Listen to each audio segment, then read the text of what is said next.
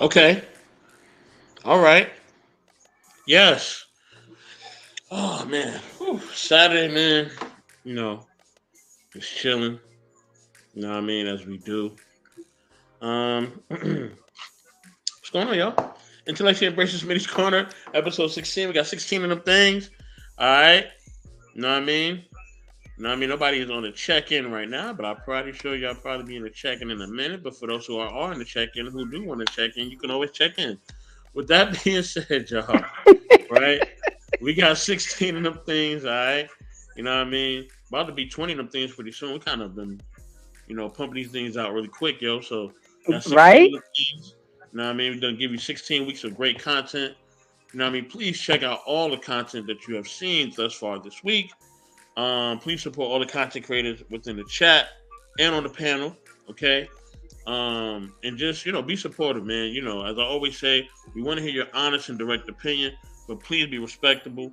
Please respect our content. Please respect the channel, and please respect the things that we're doing on all the channels and everything involved. Respect what we're saying, as a great Jay Z would say. Now, with that being said, you know what I mean. I got Smitty here. You know what I mean. I got Grace. You know what I'm saying. You know what I mean. Smitty has a new name. I guess he's going by Mr. Solitude. You know what I mean. I don't know what's going on. I guess he's solo now.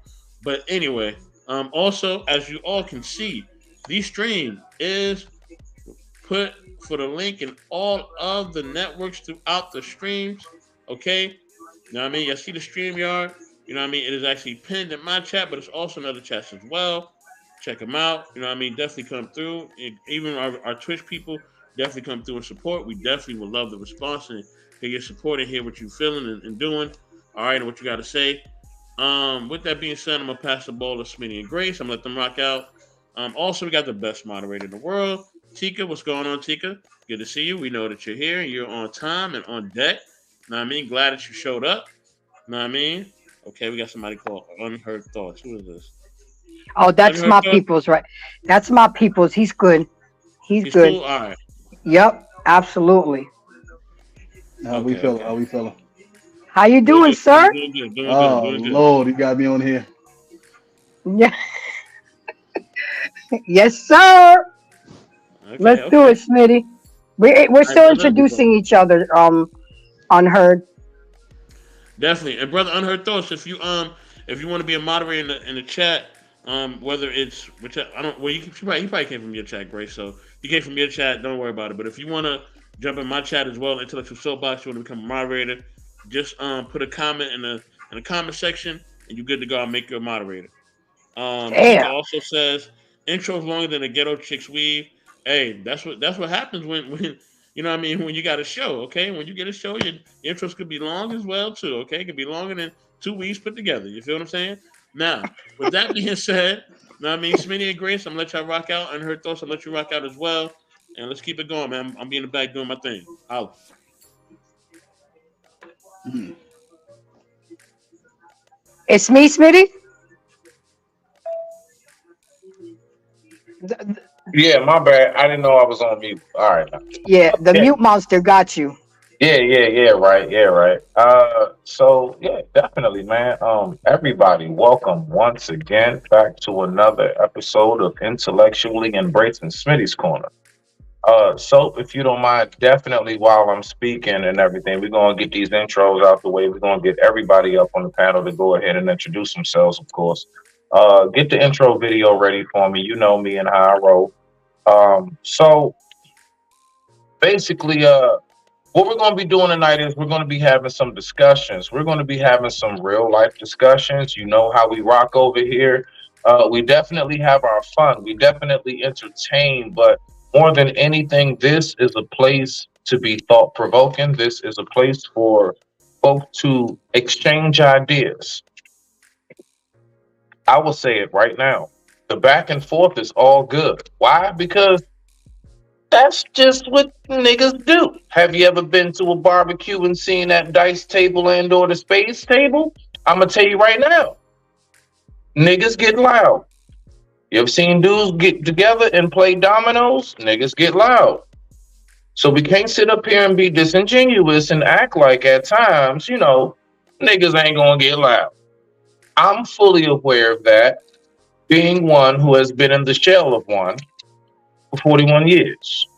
And so, with that being said, I'm going to go ahead and I'm going to pass the mic. And of course, as always, you can find me right here. You can find me on Smitty's Corner. All right, just type in Smitty's Corner. Don't ask me to drop no link. I'm not tech savvy. You got to wait for that shit. So for right now, just type in Smitty's Corner. You're all good. Okay? Moving along. You can also catch me on Embrace the Grace every Thursday night. All right? The time kind of fluctuates a little bit based on, what time we're starting, but it's generally around the 8:30-ish. All right? Catch me there. You can also catch me on Smitty's Corner. All right? Every Monday. So with that being said, you already know Mr. Solitude can be found anywhere that there is peace and solitude. And I digress. My mic is muted. Oh, so lovely twin. Gracie, what you got for us? Rock out. Let's go ahead and get to the honorary guest for tonight. What's going on? To all my embracers, welcome again to a great Saturday night show at Intellectually Embracing Smitty's Corner, where we bring you the enlightening, thought-provoking, educational topics to just, learn and grow and see other people's perspectives and hopefully help us become better versions of ourselves, because when you know better, you do better. And as for me, of course, you can find me on my channel, Embrace the Grace, on Thursday nights, generally between 8 and 8:30 p.m. You can find me here Saturday nights, Monday nights on Smitty's Corner, Tuesday nights on Black Man Unfiltered. I'm all over the place. TikTok, Instagram, Facebook, Snapchat, WhatsApp. I'm all here. And don't forget, guys, to please like, subscribe, and support all these channels. We work hard to get good content up here, to get good conversation flowing. So please, and feel free to come up here. And like Smitty and Soap said, we up here to have good conversations. No sign language, no shame, insult, guilt, and the need to be right. Okay? There's no right and wrong answer. There's just different perspectives. So now, with that being said, I want to introduce my boy, his family. We've been cool for years. He used to be my husband on another app. Remember that? We was making bread during COVID. We was making a lot of money on that app. But now he is here to support me, to support my boys. He's, that's when friends become family and family become friends. So Unheard, just tell us a little bit about yourself. And I know you don't have a podcast, but just tell us a little bit about yourself. I'm sure the ladies want to know because, you eye candy and stuff. So let them know where they can find you. They thirsty, bro. Be careful. They real thirsty out here. Listen, to be honest with you, my name is Unheard Thoughts, as she said. I am here because of Embrace the Grace. I'm here because not only because of her, but an intellectual conversation that we need to have in our community. And I feel like there's some things that we need to bring awareness to. And I'm here. I'm here for the conversation. I'm here to bring awareness. I'm here to enjoy everybody that's here. And we're going to enjoy ourselves. And that's why I'm here. So. I know that's right. Okay, so I'm gonna drop these two intro videos. All right. Now, and before I drop it, I'm just let it be clear, okay? So there's no misunderstanding, and I stand on this completely, and I'm not backing down from this at all. Please don't be up in the chat acting a fool, because I will block or ban you. Please don't come up on here acting a fool, yelling and screaming and all that kind of shit. I will block, ban you, or end the show completely. I will do this. I mean, I've done it before. I'm not playing. Damn, what we about to watch? And it's been mentioned. It's been re-mentioned. Yeah, so we're aware. I try not to be that way, but I will if I have to. So, you know what I mean? I haven't banned nobody up here in years. Man, it's been about a year or two.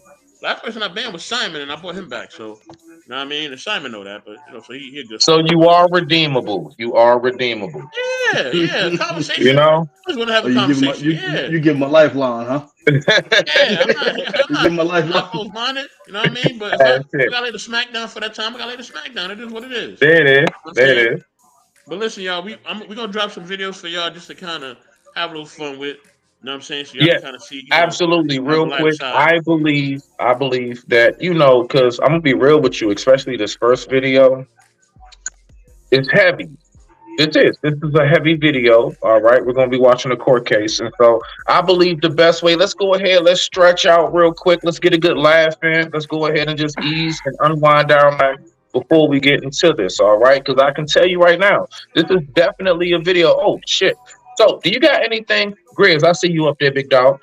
Anything like trigger warning or whatever the fuck, because this could Nah, be something that could be trigger warning. But anyway, they'll be let's all right. go ahead and get the They'll be all right. intros in. They all adults. They'll be all right. Salute the Grizz. Grizz, I'm glad you put up in the building. I hope so. Also, let me take a quick pause for the cause real quick, man, before I drop this video. Salute to the man Mav. Mav, I see you in the building. Now, I mean, also salute to Mimsy Limbs. Mimsy, I see you in the building. Also salute to Trey Ferg. I'm trying to go up and my computer's not letting me go up right now. Where's my computer? Okay, there we go. Oh, still ain't let me go up. Okay, computer. Oh, there you go. All right. So salute to Trey Ferg. I see you in the building as well. Also salute to who else checked it up in here? I think that's everybody. Yeah, Trey Ferg, Tika, Grizz is already up here. All right, cool, that's everybody. So yeah, man, thank y'all for all checking in, man. I appreciate y'all.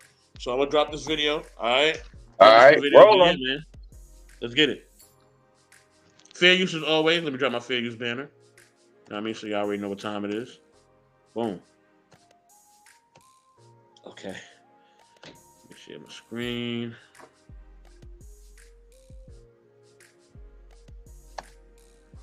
Fab, don't come in here starting shit already.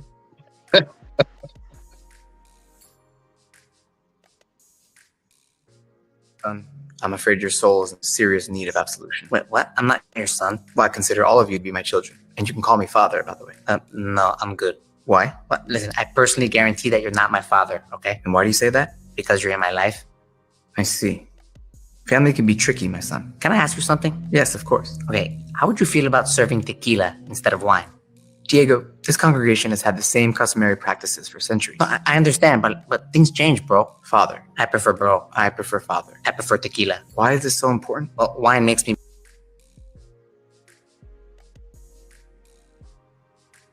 really sleepy, and tequila makes me really happy. Having faith could make you even happier. Oh, I do have faith. That's good. That you'll start serving tequila. Not good. I mean, like, how dope would it be if, like, instead of wine, they had tequila, and instead of a little cracker, they serve lime? Bread and wine represent body and blood. Yeah, but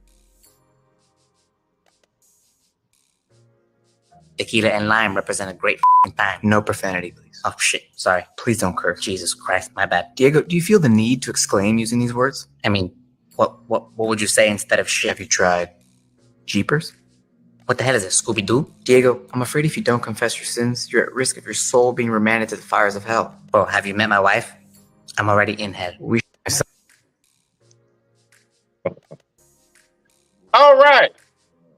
Beautiful. Beautiful, beautiful. I mean, I'm just saying. Some guys, the life can feel that way, The life can feel that way. That last part. That last part, right? So to the homie Braxton, the Snake Fiend. Braxton, good, man. Good to see you in the building. So I want to ask everybody here a question first. So you can get the first video ready, but we're gonna chit chat for a second. Hold on 1 second, Smitty. Hold on. I got one more lighthearted video, something that I share with you. Oh shit. Go ahead. I didn't know. One more. Go ahead. After that, we get into the question. Then I pull up the videos and we go from there. Hold on 1 second. Oh shit, even better, my nigga. Rock out. Salute to Zara B. Zara B, thank you for coming through. Salute.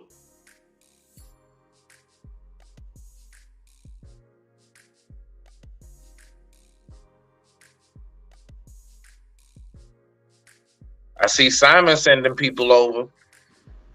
Yeah, thank you, Simon. I appreciate you, bro. You know what I mean? This video is called Salute to the Youngins. You know what I mean? This is a young world. You know what I'm saying? We all just living in it. You know what I mean? Salute to the youngest, man. All right, fair use as always. I think the video's already up. It show is. All right, let me mute myself so I don't give you no feedback.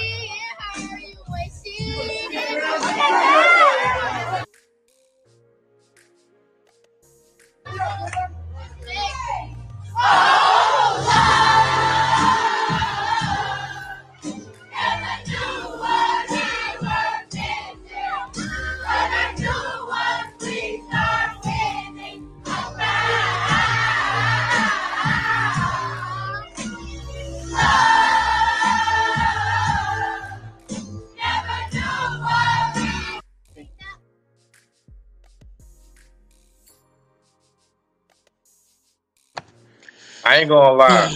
That was y'all lit as shit. It was. I can't front, bro. I can't front. But I just want to say this, just like I said, and I stand on it. So we talked about this back on the back end. Mm-hmm. We was just as lit, if not lit, a nigga. It's just we didn't say lit. We would say shit like that jump was tight. And on top of that, we would not have cameras and stuff. And we didn't have, bro, it's a lot of stuff I can go back on that was absolutely spectacular. If only there was bare minimum. If we at least had the iPhone 4, the things that I could show you right now. So I just wanted to say that, bro. So, I mean, I get it. A lot of folks be like, oh, yeah, the young youth now, they're way worse when it comes to violence and or they do a whole lot more things. Look at all the things they're doing. Like, bro, what did we really record? Niggas barely got home pictures. A lot of us got homies. We've been around for decades, and we might have 2 pictures with them. Okay, let's be for real. You've been around that nigga for decades. The stories you got are endless. So I just wanted to throw that part in. Nigga, hey, 80s babies to the fullest. Okay, all right, millennials. That's what I'm on. Rock out with it. All I want to say is this: if you ever think I don't care about you, I do. Hey, bro, back in the day, like, I miss when everybody knew the lyrics to a song. Like, you can start, like, whether it's Genuine, Casey and JoJo, Tupac, whatever. The whole clique started chiming in. I miss those days, though. Okay, you said, okay, Grizz, I'm with you. Miss the days of everybody remembers the hook to a song and all of that. Grizz, I miss the days where folks actually could remember more than 3 phone numbers without having to go to a contact list. Yes, bro. Stop playing with me, dog. We used to remember multiple. I want you to think, bro, like 10 numbers, and you knew them bitches. Bro, okay, let a nigga lose his phone right now. If they go to jail, they in trouble. Hey, don't get me started on that. Don't get me started. Hey, when CEOs take your phone and you at that payphone, what? And you try and figure out your homeboy and all you got is 3 digits. Because you remember looking at, you got like 3 digits out of all 7 or 10. Yeah. That's it. You got like figure out the other numbers. I know it's 443. Hold on. Hey, no. 7, 8, 9. No. 9219.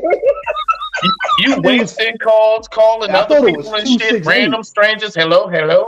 You have a collect calls from click. All right. You know how you solve that, guys? This is how I solved that issue. Ms. Johnson, is your Sunday? I memorized my son's number, and then I gave him a bail bonds card in his wallet. And I told him, Mama, ever get in trouble, you call. I'll call you. You call all your titis, because you call one number and 5 of them are gonna pull up. And then here's the bail bond, and you get your mama out as quick as possible. So you gotta at least memorize one number, guys. Good luck. And I know my son's number. That's who the Jay got it. I got his number. He's got the bail bond card in his wallet, and we keep it moving. Gracie, I'm gonna say right now as we speak. Hold on. Let me give a shout out real quick to Rob. Go ahead. I see you in the building. Also salute to Sister Ramadan. I see you in the building as well. Who else? And that is all for right now. Okay. You know who you know what numbers I remember, like right now to this very day. My mother's work number, which she's been retired from, I think, for like 7 years or so now. 2028-793-862. Boom. 510-272-6438. Now, hold on. Watch. I'm just saying that. My old house number, which no longer exists, 301-595-5218. Boom. Woo! My grandmother's number, which no longer exists, 301-474-3125. Boom. My point is, I remember these numbers, and these are the only numbers. Now, there are numbers in my phone right now. My own lady, I don't know her number. I'm sorry, boo, if you're watching. I don't know your shit. I only know these numbers because these are the numbers that I had to remember before technology. I've been dialing Yeah. those numbers since I was, I don't know if y'all can see this, since I was that Smitty right there. That's how long I've been dialing those numbers. And that's the only reason why I remember those numbers, because it was before technology. But I just wanted to say that. But I digress. My mic is muted. Rock out whatever you got going on, Soap, and then let's go ahead and get. You want me to get to the question? Yes, sir. Because this first video is long as hell. So go ahead. Oh, all right. Let's get to it. All right, let's get to it. He said this. So bear with me tonight, okay? Bear with me tonight, nigga. No, I'm just saying. I'll It's long buy as you. hell. I'll But buy you a bowl if of you got a cereal, question, nigga. go ahead. Look. I'll buy you a bowl of cereal at the bar after the show. I got you. No. Bowl of cereal on Smitty. Okay, thank you. If you had a question, go with the question. Then we're going to get into the video. So go ahead. Yeah, no. That's what we got. All right, so I want to ask everybody here. We're gonna go from Gracie, Grizz, and what's my man name again? I'm sorry. Unheard. Okay, respect. All right, so we're gonna go in that order. Soapy last. All right. What is a father's job when it comes to, now I'm saying this specifically. Yes, I'm going to segregate these positions. What is a father's role and job specifically for his daughter? Just curious. Okay, that's easy because I can actually go by what my father did. Okay. So a father brings discipline, Mm-hmm. a father brings structure, and a father brings knowledge to guide a woman on how to deal with men and Okay. how to pick and choose men. You know that is why when the father walks the bride down the aisle and hands her over to the husband, he is releasing his reins and getting him over to the husband. And now the husband takes over the position. But a father teaches. He's a teacher. He's a guider. He's a disciplinary, and he brings structure. That's what and he, of course, and he provides. You know, that's what I think a father brings, and that's what my father brought to my life when he was around. I digress. My mic is muted. Respect. Okay, now, Grizz, what is a father's job specifically to the daughter as opposed to the son? Just like Miss Lady said, a provider, a protector, um, a man who actually, honestly, I don't have a daughter, but I do have a son. But I would definitely, if I was to have a daughter, teach her how to think, kind of sort of teach her how to think like a man, so Okay. that Okay. when she, yeah.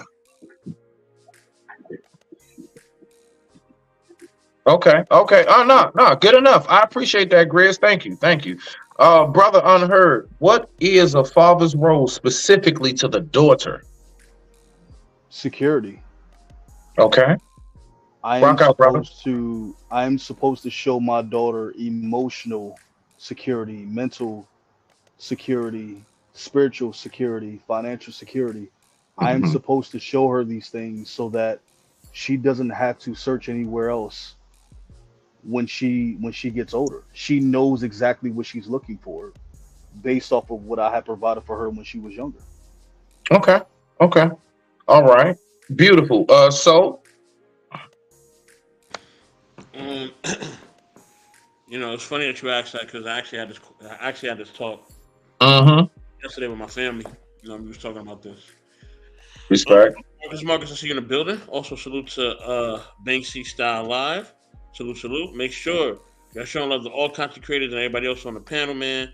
Make sure you follow everybody on our social media platforms, man. YouTube, everywhere else.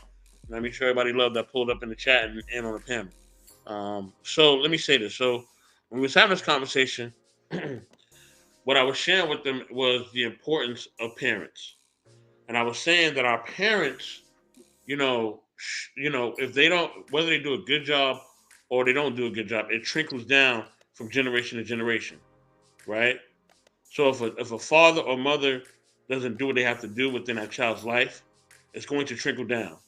And not only will it affect that generation of kids, but it'll affect the other generation of kids because that generation that's now raising kids is now bringing their trauma and all that to a child that has nothing to do or is not even aware that their parents have all this stuff going on emotionally, mentally, you know, spiritually, and maybe even physically, right? So they have all these issues that a child is being born into this world is unaware of because their grandparent dropped the ball when it came to their actual parent. You know what I'm saying? So, you know what I mean? I was talking about this and we was having a really in-depth discussion on this. Now, the reason I share this is because I believe that both parents are showing all the things that I named. I believe both parents are showing that to the kids.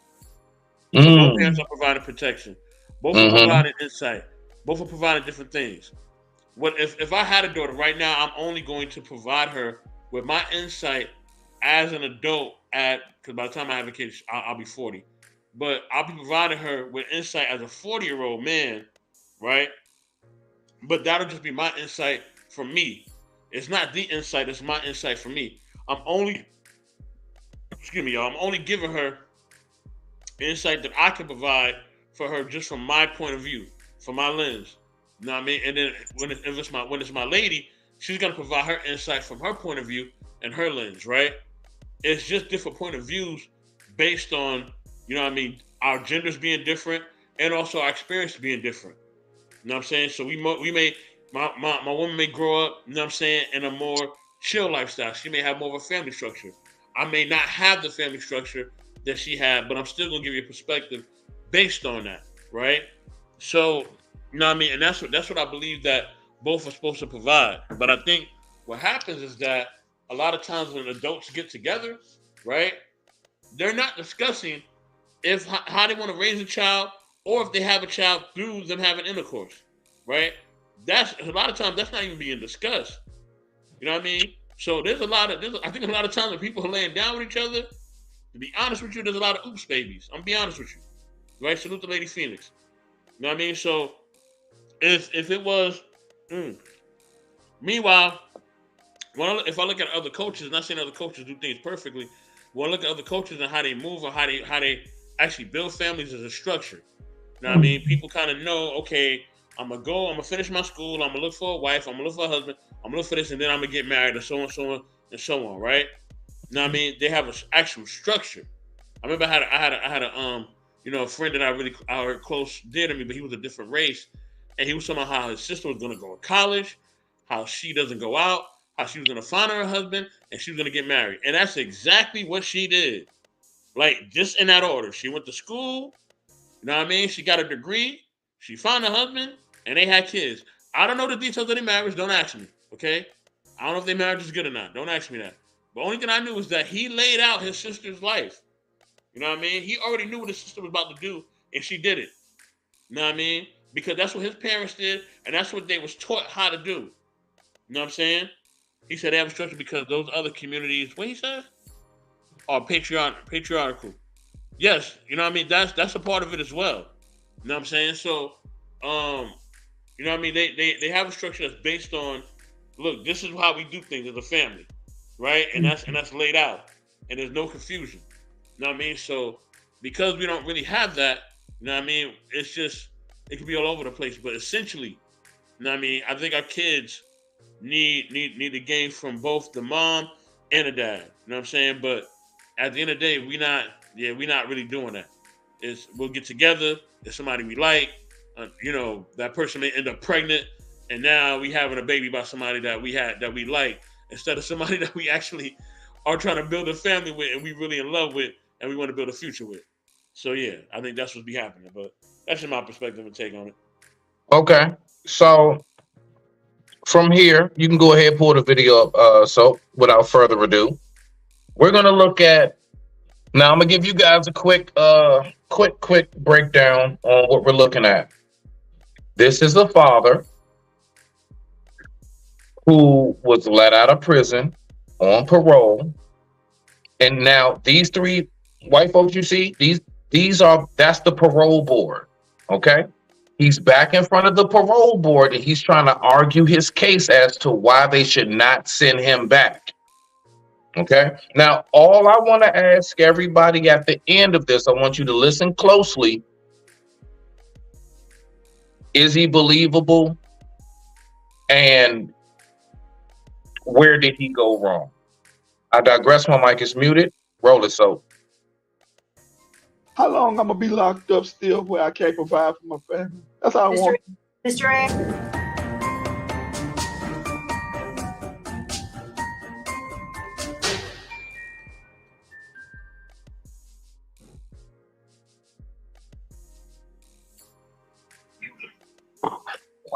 All right, we are the parole committee. We are reconvening in the Walls Correctional Center on Thursday, January 18th, in the year of 2024.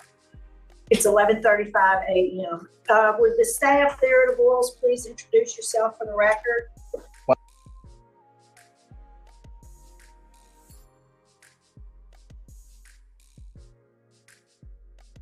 Wayne Mitchell. All right, thank you so much for accommodating us today. And we have before us Mr. Ebbs. Is that you? Yes, ma'am. Sir, would you introduce yourself? Tell us your name and DOC number. My name is Edward Ebbs. My DOC number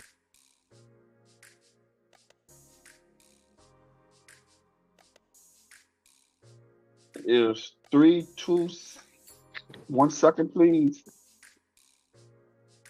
Yes, ma'am. My DOC number is 379327. Yep, that's what I got. Yes, sir. Thank you. Yes, So ma'am. let me introduce the parole panel to you. My name is Cheryl Renatza.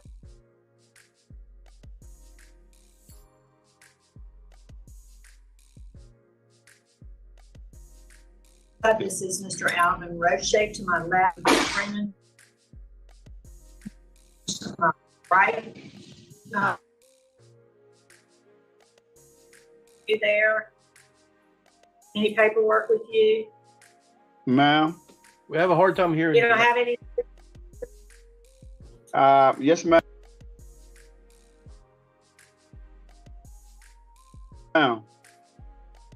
Do you have a parole revocation questionnaire with you? Do you remember form out? Ma'am, you're breaking up. All right. Do you have Hey, a so- parole revocation questionnaire? If you can, brother, put it on 125 speed. Can you or no? That'll also help. Still Nah. understandable? Okay, Nah, don't worry about it. Don't worry about it. Don't worry about it.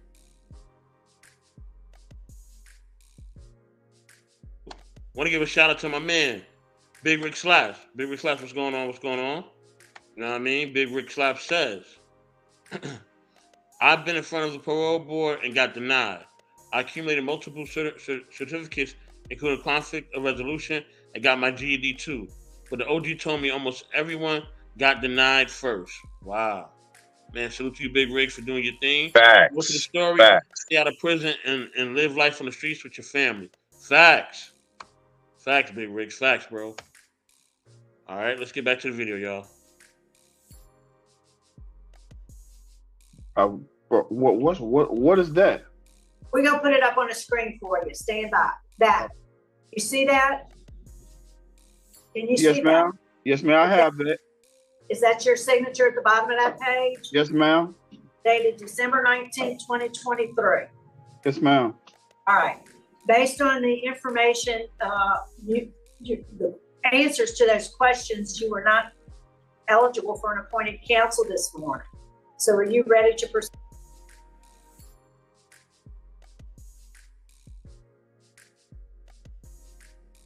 with this revocation proceeding? Yes, ma'am.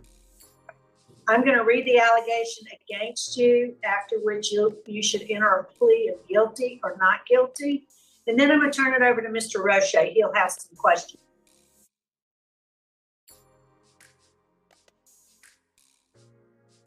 for you. Yes, ma'am. You're accused of violating the conditions of your parole, specifically condition number 4, which states on October 19th, 2023, and I believe that is a typographical error, which should be dated August 30th, 2023. So Yes, ma'am. August 30th, 2023, you were involved in criminal activity in the commission of the offenses of domestic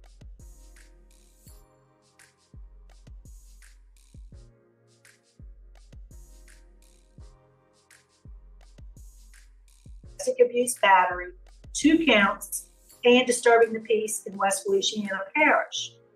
You were arrested by the West Feliciana Parish Sheriff's Office on August 30th, 2023.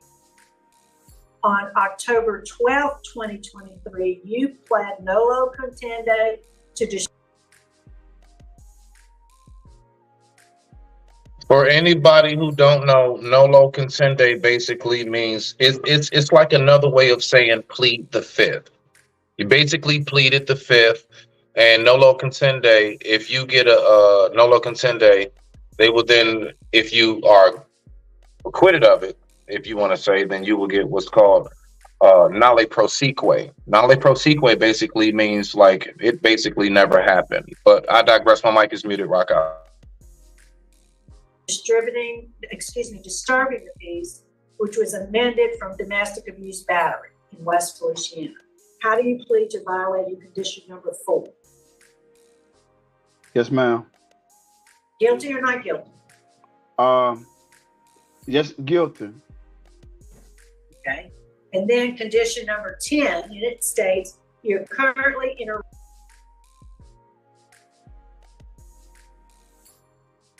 arrears for your parole fees in the amount of $567.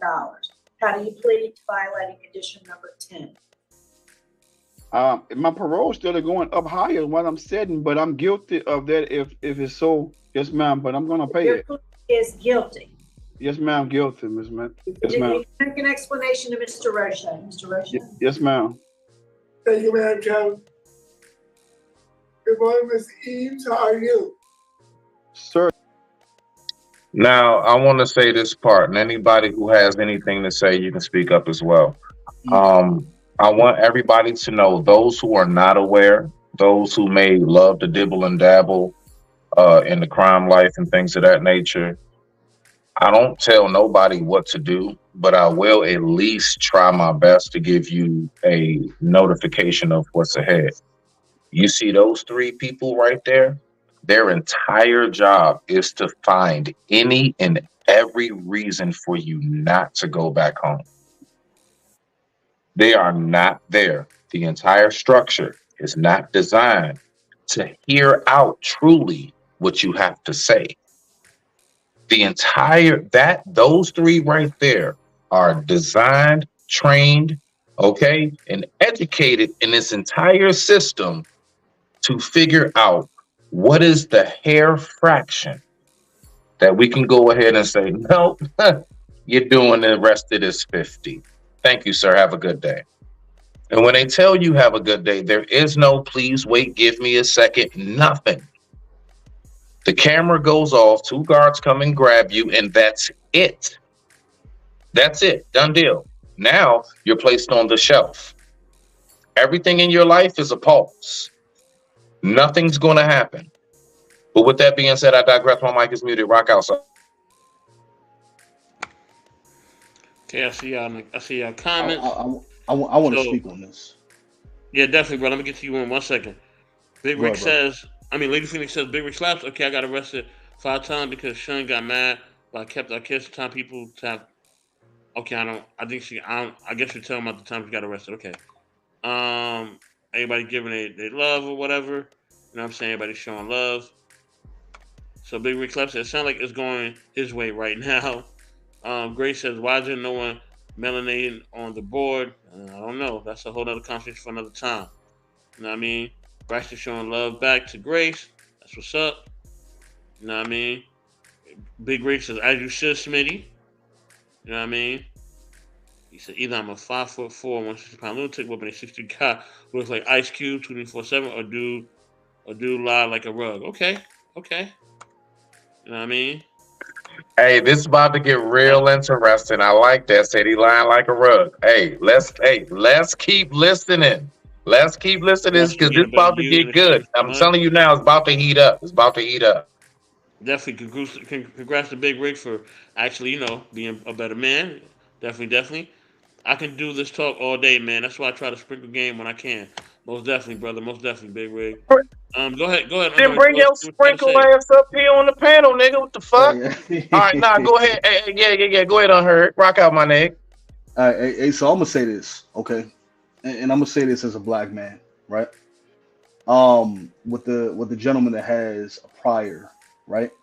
I've been in the court system, so when I tell you, it doesn't matter if you're guilty or not guilty. I'm going to say this: you're guilty. In their eyes, you're guilty. It doesn't matter if you feel like you're guilty or not guilty. You're guilty in their eyes, and the system is not set up for us. That's just what it is. I'm gonna go ahead and put it out there. A lot of people may not want to hear that, but in their eyes, we are guilty, and that's why we have to stay out that system, because street smarts is different than law smarts. I'm gonna say that again. Street smarts is different than law smarts, right? So you think you may know the law, but you truly don't. You don't, because Right. they look at it a totally different way. So when you say that, okay, I'm guilty, are you sure you want to go ahead and plead that you're not guilty or you're guilty? And that's why you have to have the specific people to back you down during that current state, because if you don't have the people, then you in trouble. So I'm gonna go ahead and say that. Hey, nah. Beautiful. All facts, my G. Go ahead and rock out, Hey, so because we got a little bit on this Yeah. flick right here. So let's get back to the movie, y'all. Let's get back to it. Get your popcorn. all right. Grizz, go ahead and share your perspective before you do that. Salute the lady So Novea. Oh, my one bad, last Grizz. I didn't thing. know you had something to say. My bad, Grizz. I don't Um, get hold on, Grizz, and then also Lady Phoenix says guilty and filthy. That show how you seen. That's true. That is true. They look at you as guilty before you're innocent. You know what I'm saying? We already know. Go ahead, Grizz. So I was gonna say, thanks to the Lord above. So I got caught up in some stuff back. Went to put this. It wasn't prison, but it was jail time. I did like a day in jail, but that was enough for me to say, like, you know what? No, okay, it's okay to be by yourself. I don't need to be running with your mom and dad trying to tell you, hey, be careful, don't do that. So I got caught up with the wrong crowd, and honestly, like I got one day, but thanks to my mom knowing people and the hierarchy got my record expunged. But yeah, I digress. My mic is muted. Okay. Grace, anything you want to say? Grace? Okay, Grace ain't. Wait, is Grace even on the panel? Okay. Come back. You know what I mean? Let us know what it is. Can y'all hear me? I'm struggle streaming right now. Roll the film, Yeah, I bro. can hear She you, can bro. get it on the next one. Roll the film, bro. Let's not hold it up. Okay, can y'all hear me? Yeah. Loud and clear. Yeah, you good. You Not good. important. Yeah, let's roll the film. So Lady Novay said Soapbox be live tonight too as well. So okay, cancel last night to tonight. Okay. All right, tell Bolo and the crew. I'm gonna definitely try to show some love when I can. All right, I may sneak in for a bit. But okay, let me pull Grace back up. Okay, Grace is back up. Sorry, I was pressing too many buttons. My bad. It's all good. Grace, anything you want to share on the video so far? I just want to say that it's really sad, because I get the feeling that he's lying through his teeth. He has a different agenda. I haven't seen the video, but from my training and what I know, I think he's setting himself up for a whole different agenda. But let's watch the video so I can really finish what I have to say. Sir, you're breaking up. Good morning. Good morning, sir. Good. Mr. Eames. Yes, sir. Or is it Ebbs? It's Ebbs. Yes, sir. Ebbs. Okay, Mr. Ebbs. Let's talk about your domestic abuse.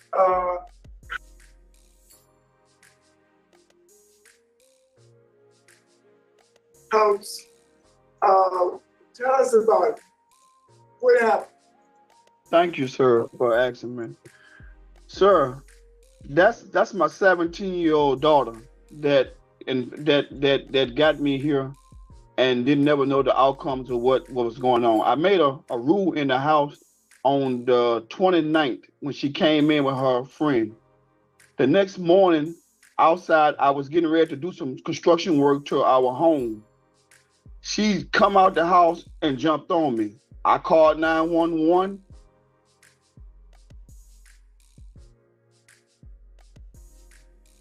The 911 caller told me to stay on the phone. I stayed on the phone until they got there. Her mother and them was trying to stop her from doing anything. I never disciplined my children not one day in my life, and I didn't discipline her that day. She made a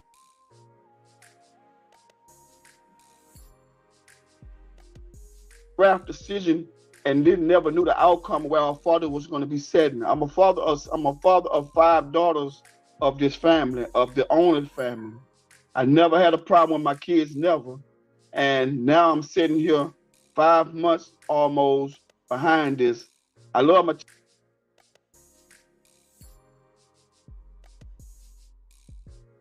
child, and I forgave my child, and my child forgave me. But the thing about it is, I refuse to make any more rules to my children if it's going to cause me to have to go through this kind of procedure again. I love my children, and I don't want the world to take my kids, what's going on in the world, but I refuse to put myself in the harm of my family where, sir? Mr. Epps, tell me what happened.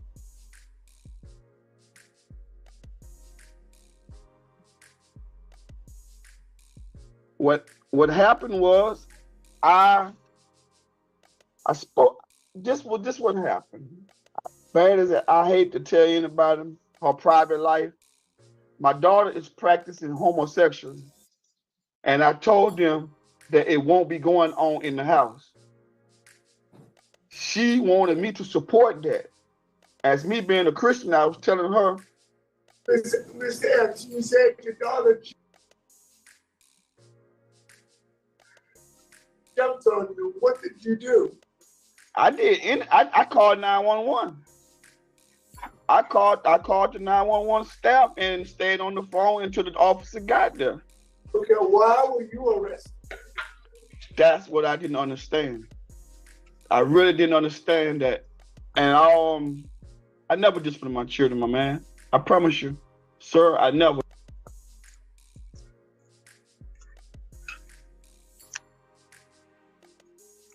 Did. Okay. My child. Mr. Epps, okay. Then why did the West Louisiana Parish share the house disturbance? Let's start with May 31st, 2023. You came out and you had some problems with your wife. And that's prior to that day, right? Right? Yes. Yes, I barely can hear you. I'm just trying to put what you're saying together and read your lips. What happened was my wife was mad because our car got towed. And she kept bickering them on about things about the car. I never done anything to my wife, but I couldn't get the car out of the pound because the car was still in the previous owner name. Mr. Epps, tell me why the sheriff's office had to come to your home. They came to my home because my wife was disturbed. my wife get a disability check. My wife have mental problems, and I love my wife, but my wife called 911, not Edward. Okay, And- now, okay, there was another report and it involved your brother. So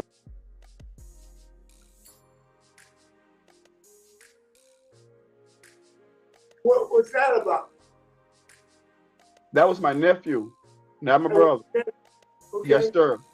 That's the same morning him and her jumped on me at my home at 8582 Sligo Road. That's what him and her did.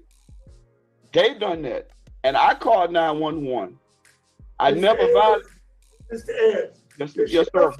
the sheriff's office came out to your home on May 31st, August 27th, August 28th, and August 30th from 4 separate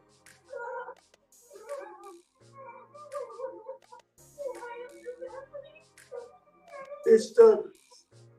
There is a problem, and I do. it might be you.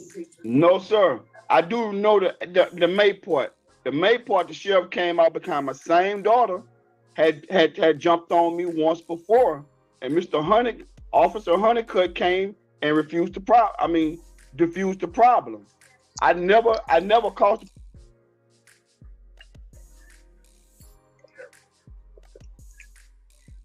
problem with my family, or I would have been arrested.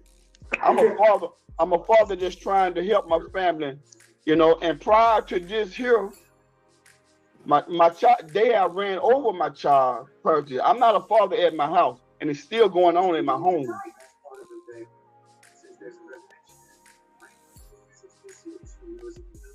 I understand. Mr. M, Yes, sir. okay. You're a third felony offender, am I correct? Is it my third felony? Is it my third felony offender? Yeah. That means You've been convicted of 3 felonies, right? in my past. Yes, sir. And the last one that you're on parole for now is possession of a firearm by a felon. Is that correct? You're sure right, sir. And you were arrested on March 3rd, 2021. Is that correct? For that? Yes.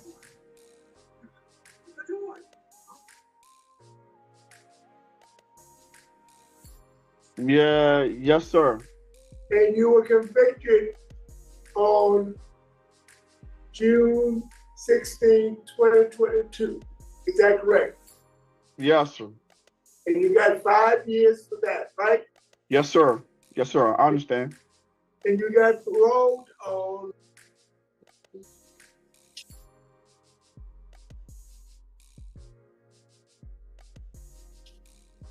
I think December. December 21st, Yes, sir. after serving only 6 months. Is that correct? Yes, sir. Tell me what programs you completed in the 6 months that you were incarcerated.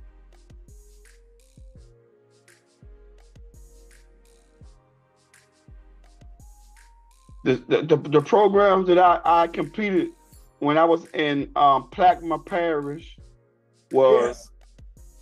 I was in Plaquemine Parish. I was in schooling, and I was in anger management school, and I was in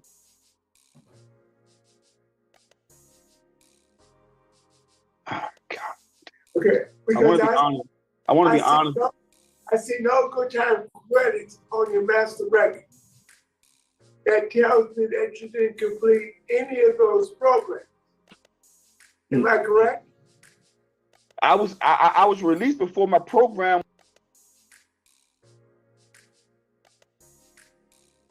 was up. So basically, you didn't complete any of those programs, right? Sir, Question, yes or no? The program, I was going. I was released to come home before the program was time up. Did not complete the program. No, sir. No, sir.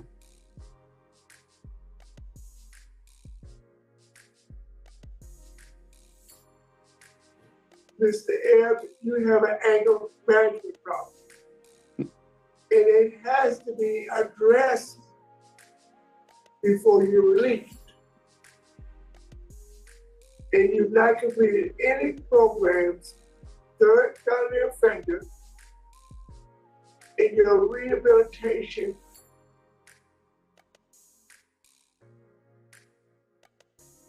has not been complete. And if I Please, please, please, please, please, please. you'll be back here because you're gonna have the same problem. No, sir. No, sir. So I'm talking. But you have the same problem.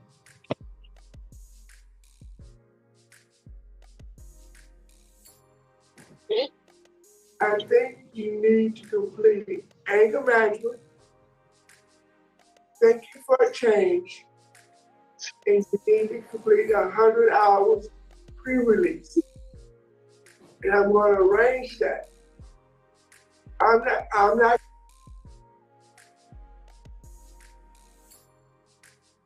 going to revoke you. But in lieu of revocation, I'm going to keep you incarcerated until you complete those 3 programs. Anger management, thank you for a change, and 100 hours pre-release.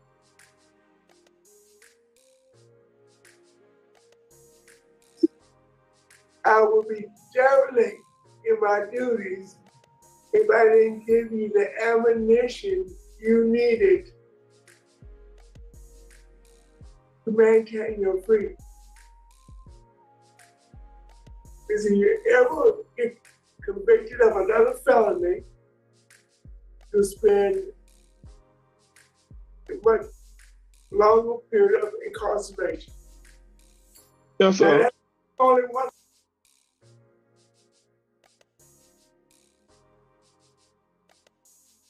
Sir, I didn't ask you a question. Yes, sir. I do understand. You'll be given time at the end of this hearing to make a statement. Yes, sir. You need anger management, thank you for a change, in 100 hours pre-release. Madam Chair.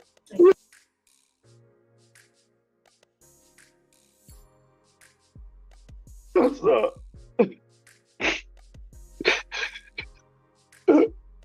I gotta go home to my baby. I gotta go home to my baby. Is there anything that the facility has to offer? Ma'am.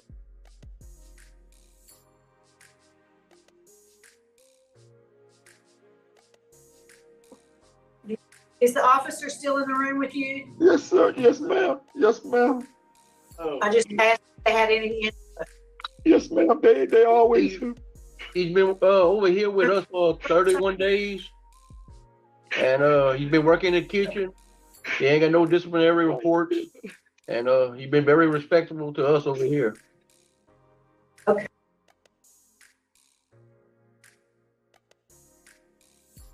Okay, good. That's good to hear. Thank you, sir. Yes, ma'am. Mr. Ebbs, is there anything you'd like to say briefly to us before we go?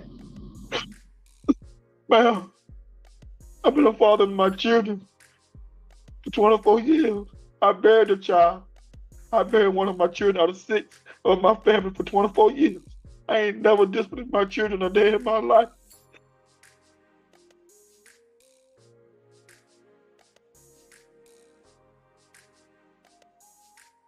My child's out here, and I'm missing my children's birthdays.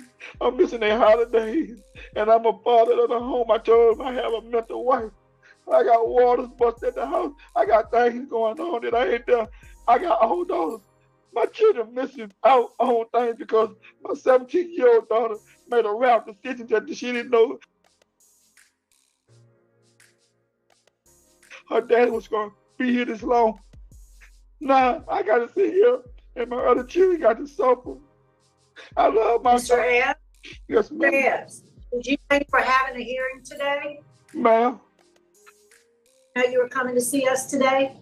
Yes, ma'am. I was waiting. I've been waiting patiently. Where's your family today?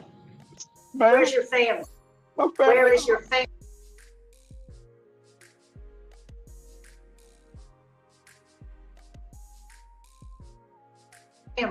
My family at home. Tell them you were having a hearing today? Yes, ma'am.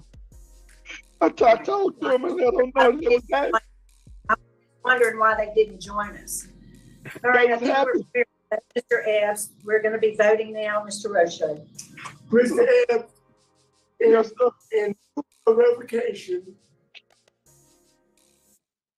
I want you to complete anger management. So you can go ahead and pull down. You can pull us back up. Hold on So one second. Let me just finish this out. Let me let her out. I want to hear the whole thing. Hold on. We almost done. okay. Thank you for a change and 100 hours pre-release before your release. Thank you, Madam Chair. Mr. Freeman.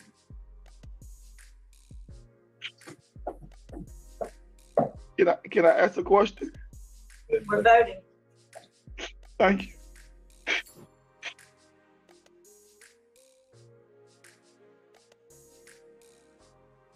Oh, help me, Jesus, please. Steve, I'm looking at this. You wasn't out that long before you got in trouble.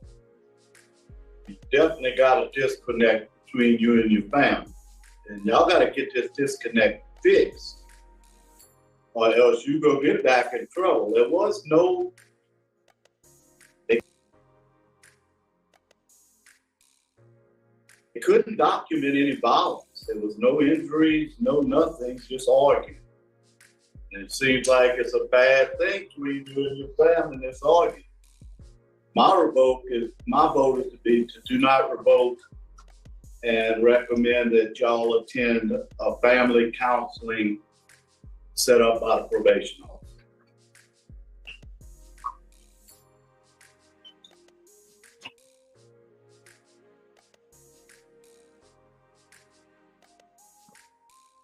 All right, Mr. Ebbs. This one's tough. I mean, I agree with both of my colleagues.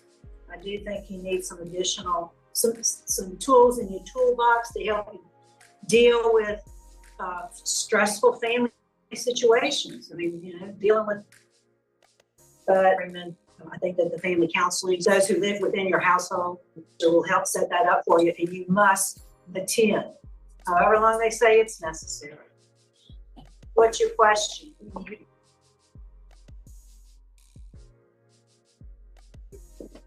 I can't hear you.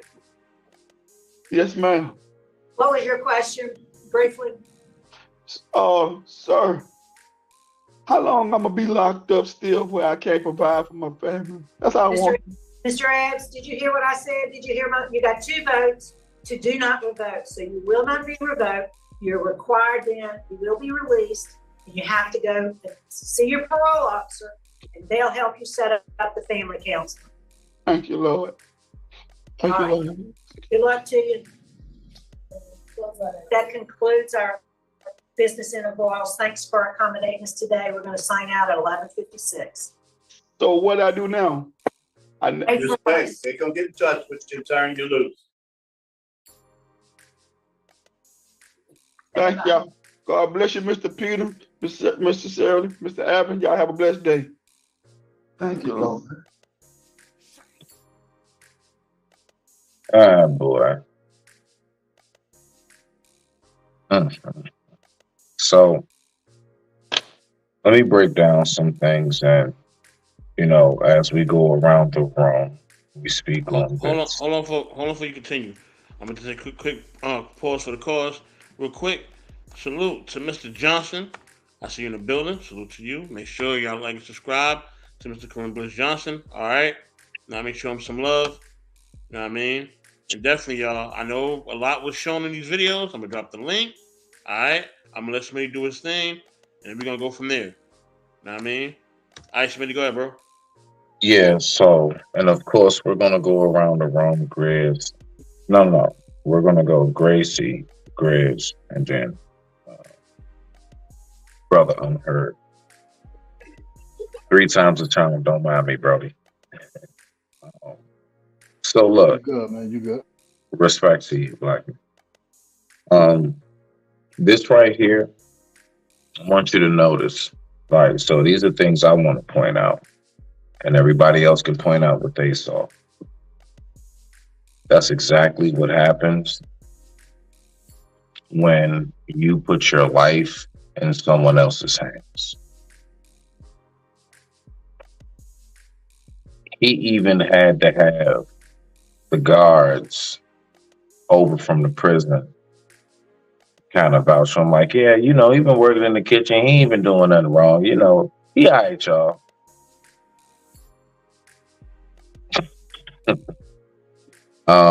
It is something about the appreciation of being able to inhale and exhale. And it's something about the appreciation of being able to take a shit by yourself. And you don't have to tell somebody to hit the sheets. If you know, you know.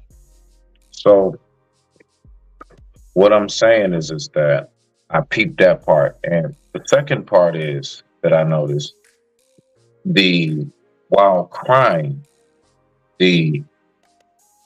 how long I'm gonna be away, the kids, wife need me.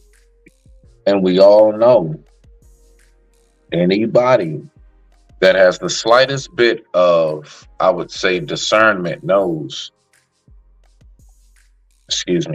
where was all that while you were doing what you were doing? Yo, I'm gonna tell you right now, probation is one thing, parole is a whole nother animal. For anybody who knows. And if you're going to be in the free world, I'm not gonna lie, like, you should be in just like an all-white padded room like that you designed and shit, and you should just kind of stay in there, because I'm telling you right now, jaywalking, being next to someone else who is a felon, you had no idea. You could be with somebody, you don't know they have a felony. Y'all get pulled over. You're just next to the person. Y'all not even doing nothing wrong. There are no drugs found, nothing. All they have to find out is you're a felon on parole and you're in the vicinity of another felon. You're going back. They're going to arrest you. It is that vicious. So only thing I'm saying is to those who, want to be in that position of life and, feel like they got something to prove on the streets, you can if you want to. But I know personally from 7.5 years of being sat on the shelf, that shit ain't what you want. But I digress. My mic is muted. Rock out. Gracie, what you got? Grizz, we got you. Brother Unheard, we got you. I think it's so sad that we get in these situations, whether we're guilty or not, but it's like it feels like they still have so much control over us, of our lives, of our freedom, what we eat, when we sleep. I mean, it's to me, it's modernized slavery. The prisoners do labor for peanuts. It's like, are we really trying to rehabilitate? I get it. There are a lot of programs. There are a lot of certified programs that we can get. But what's the use of being certified and getting these programs if nobody's going to hire us in the real world because you're a felon? It's like a catch-22. It's like they throw crumbs at us and we're supposed to be okay and accept it. Okay, if we get in the system and we're guilty, then you have to deal with the consequences. But we know that a lot of us are in jail because we just don't have the money for a good attorney. You know, if a lot of us were able to afford an attorney, I think at least 40% of us wouldn't be locked up. We get stuck with public pretenders. That's what I call them. Public pretenders. They pretend to serve the public, but they really don't. They really don't. You know, prisoners keep money in the federal government. Follow the money trail. It's all about money at the end of the day. Because if it really was about bettering people and rehabilitating, once they serve their time. Leave that in the past and look at the new person. But at the end of the day, this was really sad. It's like parents can't even discipline their children anymore. You know, you have to go to a third world country to go beat their ass and then bring them back here or leave them there till they heal. You know, because you can't discipline your kids nowadays. They quick to call child protective services or call the police. You know, when the judge asked, well, why did you get arrested? He should have said, because I was a black man. How the person that called the cops got arrested? Make that make sense to me, ladies and gentlemen. I digress. My mic is muted. You don't want to say that in front of the parole board. You don't want to be that tough. Trust me. I know. You do not want to be that tough in front of them. That's the last thing you want to say. But what I will say real quick, and Grizz, we're getting to you next, of course. Gracie, believe it or not, this is a real thing. The reason why they're actually so hard on, you know, like the whole, if you say you're out on parole for a robbery, you're used to, you know, you're the stick up guy, breaking in houses, climbing in windows, you know, fucking cars. Okay. There are so many like different companies all over the country that are like, I don't know, funded, incorporated, and believe it or not, nowadays felons can get a good ass paying job faster than somebody with just misdemeanors. Now, it's no more of that. And that's why they're so hard. You have a lot of different companies, corporations. They are funded and they, you know, receive tax write-offs, the whole nine, to basically be involved with hiring felons. A lot of your trash trucks, a lot of those guys on them trash trucks all got F's on a report card. Almost promised you. Places like Walmart, places like your Lowe's, your Home Depot, and I'm talking about places where you can get a nice little something working full time, right? Mute your mic, Jay. Mute your mic. Respect to you. Good to see you. So all I'm saying is that, you know, when it comes to them not being able to get a job, that's why they are like super, super tough on them. Because the way they look at it is, we're going to give you all the tools. You notice how they kept saying that? Now, I think we need to bring you back in and give you some more tools. Because we don't want to put you out there in the world disarmed. Some bullshit. But you got to understand how it's designed. And it's designed that way because the fact is it's next to pharmaceutical and cosmetics. The prison industry is like probably one of the largest funded, highest, you know, people get mad at certain celebrities because they bought a prison. They see the money in it. It's a business thing. They know niggas are going to get locked up whether they did it or not. It's a business thing. So with that being said, that's sad, Smitty. That's really sad. It's real shit. It's real shit. So I digress. My mic is muted. Go ahead, rock out, Grizz. Brother Unheard, you will be next, and then we're gonna go ahead and get to Brother Takashi. Good to see you, Brody. Rock out. But yeah, just like you said, I've actually, when I went to school, I'm hearing them say that prison systems are well funded. It is a business, And I'm just sitting up here like, what? And then, but there are some talking about, oh, the prisons are overcrowded. I'm like, yeah, they're locking up people for ridiculous stuff, and and also too, there's more African American males in the prison system than it is any other culture. And but I don't know, with that video, I just felt that I just felt honestly there was no representation for the black man, and also too us talking because I've hearing a lot of some people that are talking about, I'm gonna go into corrections. I'm gonna be a police officer. I'm like, why don't you I tell some of them, I'm like, hey, why don't you go into the prison system and see if you can reform certain prison systems and like get higher into the system, and, infiltrate the system like a symbiote, work your way up.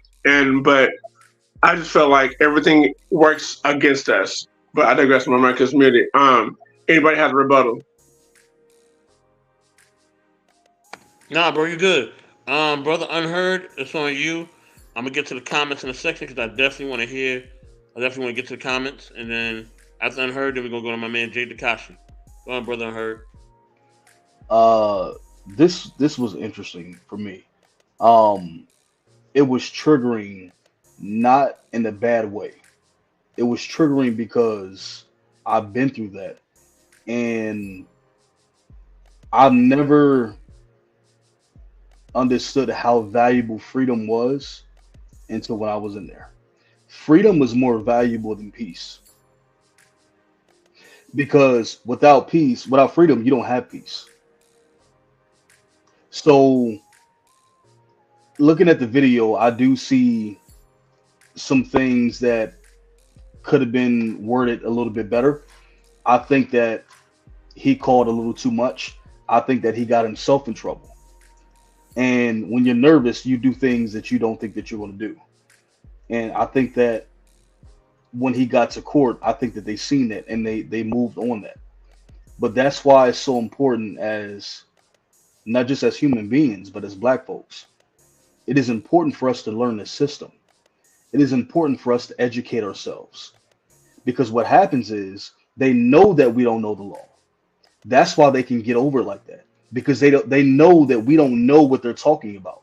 They know that we don't know the lingo. We don't know the language. So if we learn the language, if we learn the lingo, and we know what they're talking about, then yes, we can fight that. So do you need a lawyer? Absolutely. Yes, you do. You only need a lawyer if you don't know what you're talking about and you don't know what they're saying. You can represent yourself if you understand what they are saying. But we don't educate ourselves enough to understand that lingo and to understand the laws and the things and the freedom that we actually do have, so that we can fight that. That's one of the main reasons why I got myself in that situation, because I didn't understand it. But if I understood it, I could fight it. There it is. Good shit. Good shit. I like that. Hold on, brother Unheard. Hey, question, man, real quick. Yes, sir. Hey, you from Virginia? Yes, indeed, I am. I knew I heard it. Yeah. I knew it. Yeah. I know the accent anywhere. I got folks, I got aunts and uncles and all type of stuff down there, man. So I know the accent as soon as I hear it, bro. I know born in DC. Yes, sir. Brother Jay, it's on you, man. So I didn't see the video, but I can gather what you're talking about. You're talking about how the prison systems are getting funded, how they're making money off of people just being in jail, and what it's like to be in there, which I heard from Unheard. Shouts out to you, brother, for getting out and everything. Straight up. The funny thing of this is there actually is in the third, I won't say in the third world countries, it's more so like in Paris and China and all those places like that. They actually rehabilitate their prisoners I'm talking about the people who get arrested for like not even like big crimes or like who have like addiction or anything like that.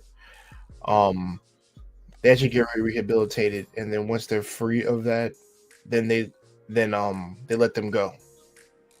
And then I think they don't get big jobs, but they still get jobs and things like that. But they're not like sent to prison. Like I'll be honest, because I've always said like when you get pulled over or if you get arrested for like what is it? Intent to sell with no hope of release or something like that. It's basically more so that you're gonna be rehabilitated, and then you're gonna go through the process, and then once you're done with the process, you're gonna be able to get out. Like I said, they don't keep motherfuckers in there over there like a long time. They don't. It's just I think from correct, the process is like for however long I guess you were addicted to it, for how long you're gonna be in there to put in the work to get out. But I think it's like a 3 to 5 year period, and then once you get out and you've done the thing, you can be out and you're free. But you're not out there for life or some shit like what we got over here, which is stupid, by the way. I do agree with that. But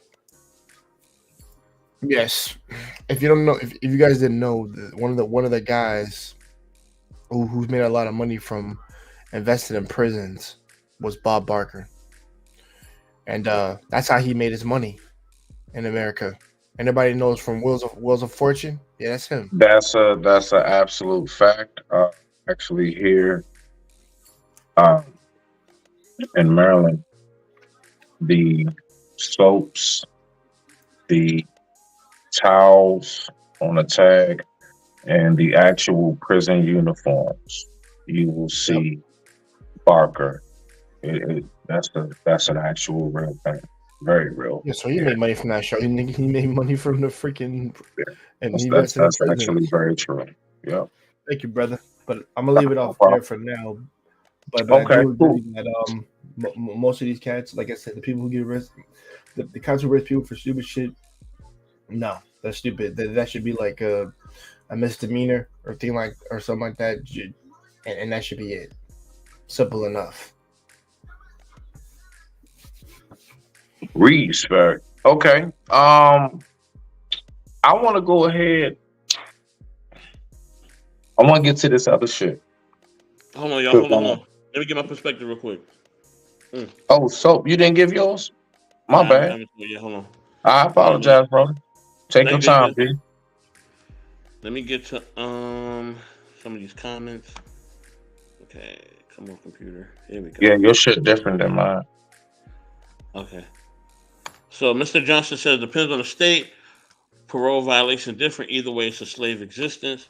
He says stop the mentality of criminality. When one has a militant mindset and purposely moves on as such, there's a likelihood of never going back to jail. Got you. Mm-hmm. Well, I'm going to attack this from two angles. I'm going to attack this. Salute to what you watch on YouTube. What's going on, family? Salute. I'm going to attack this from two angles. I'm going to attack it from, man, I don't know what Jay Takashi eating, but man, I'm hungry right now. So, make me more hungry. But I'm always eating on the panel, so it is what it is. Keep eating, bro. Hey, man, listen, bro. It's just ice you cream always bro. eating, period, nigga, on and off the panel. Cut that shit out. Go ahead. Hey, I ain't mad at you, my nigga. Better than starving. I'd rather that than you starving. Yes, sir. You know what I mean? I'm gonna play a video, and then it's a really quick video. It ain't even that long. But it's something. As y'all was speaking, I was thinking of, right? Let me see if I can find it because it's in my files. Hold on, where's that? I'll be moving so fast, man. I'll be losing shit. I'll be losing stuff. Sorry. Hold on, somebody just pulled up. Who just pulled up? Yeah, who we got? Came back. No. I guess somebody just came back in. Who dropped down and came back in. Okay. So this was inspired by things that y'all said, but then also inspired by what I look at on my own. So I've seen this video before, and then I'm gonna touch it from this basis, and I'm gonna hit it from the other point as well. But hold on 1 second, y'all. Give me 1 second.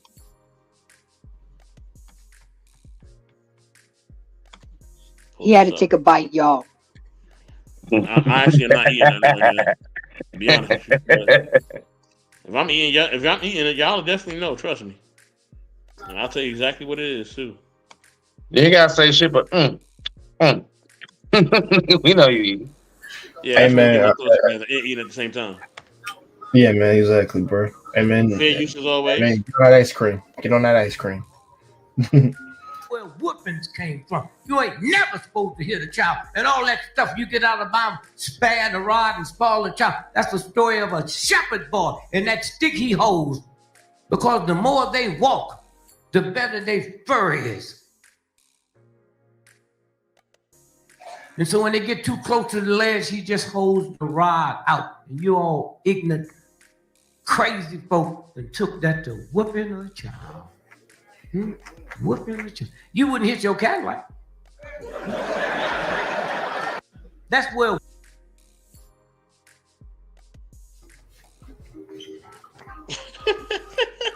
Hey, the part you say you want to hit your Cadillac, that's the part that get me.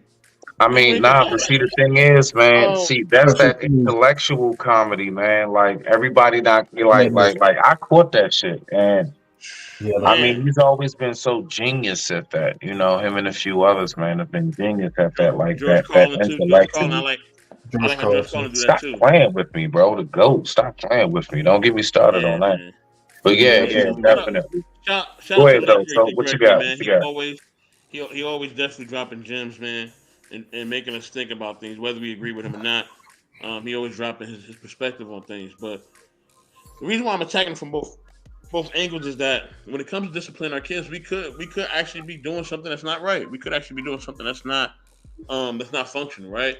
Or that's creating behavior where we're creating fear and we're creating distance with us and our children. That could be, right? That could be a thing, right? Now, me, for instance, I still wrestle with it because in one aspect I understand logically what he's saying, but a part of me still wrestles with, you know what I mean, me wanting to whip a child behind if they get out of line. I'm sorry, I wrestle with it. You know what I mean? Even with the late great Dick Gregory giving me the game, I'm still wrestling with that. You know what I mean? That's still a wrestle for me. You know what I mean? So I'm not even gonna be like, oh, I believe in what he's saying completely, because I don't. All right, so I still wrestle with it. It's still two sides of me. You know what I mean? The intellectual side and the side that was like, nah, man, we gotta get it in. You know what I mean? They acting up, get them. So I wrestle with that, but I do think that discipline is necessary. But in what aspect, I'm not completely sure of. You know what I'm saying? One, because even though there are little ones in my family, even though they're not directly my kids, but I do have nieces, nephews, little cousins, things of that nature. You know what I mean? I still want to make sure that they are doing things a certain way, right? But in what level, right? What level do we teach our youth to do it? What level do we outline guidelines and respect and morals and stuff for our youth? How do we do this? You know what I mean? What is the actual right way? Or do we just learn as we go, right? Do we take bits and pieces of what we know, and now we're putting it together, and now we're manifesting a safe place for our kids to grow in, where they have discipline, they have love, they have everything that they need, right? And are not feeling like we are actually hurting them, but they feel like we actually love them, right? So, yeah, so that's a part of it. So, you know, what we have to, you know, that's one argument. How do we really discipline a child? And the brother in the video, maybe he was doing the right thing, right? I think he was lying about some stuff, but maybe he was doing the right thing, right? Maybe he was loving his kids the right way. Who knows? I don't know. I wasn't in the house, but I do think he was lying about some stuff. And okay, Tika, I'm gonna get to your comment in a second. Now, as far as the prison system, of course, we know the system is not built for us. We know that the system is not advocating for us. And when we go there, we basically are going in there with a hand tied behind our back. You know what I'm saying? If not both. You know what I mean? So we basically don't really have a way to defend ourselves. Now, we have some money, we may have a leg up, right? With some money, we may be able to loosen the other hand a little bit, right? You know what I mean? We won't completely loosen it completely. I understand that.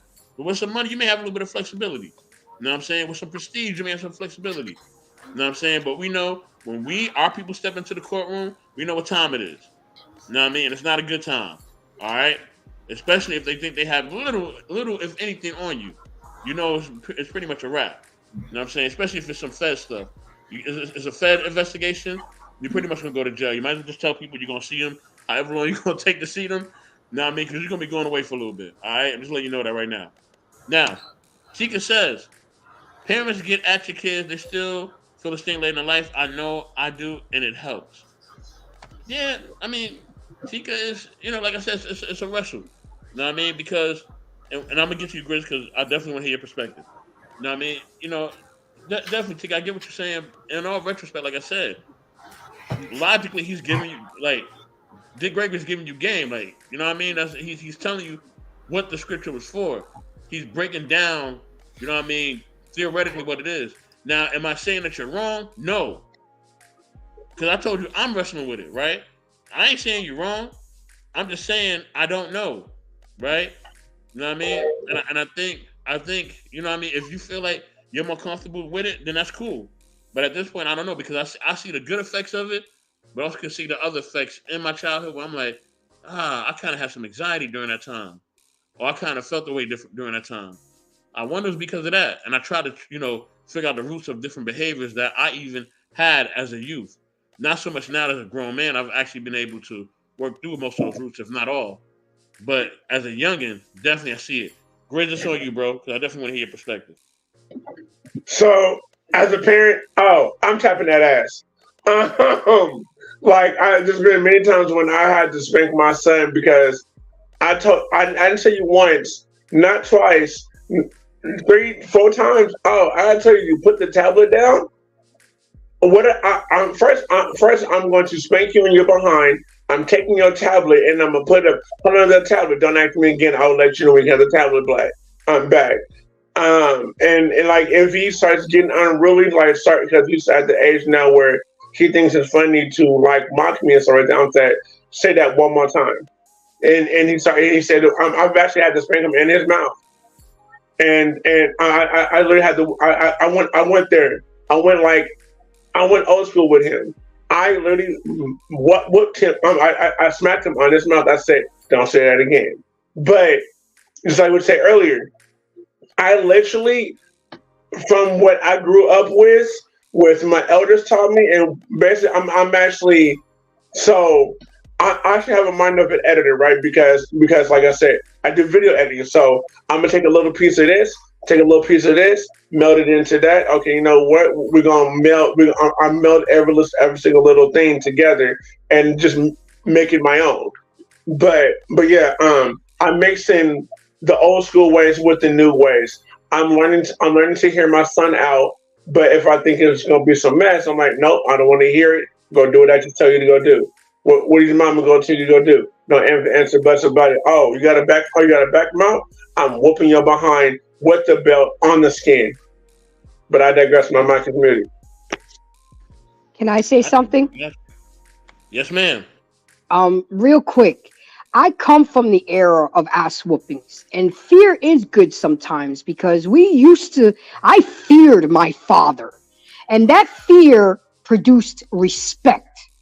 And I think that's a lot of the problem today. Yes, I've learned the other way. You got to kneel down and talk to your child and not talk down to them. I have apologized to my son. I've done the timeout.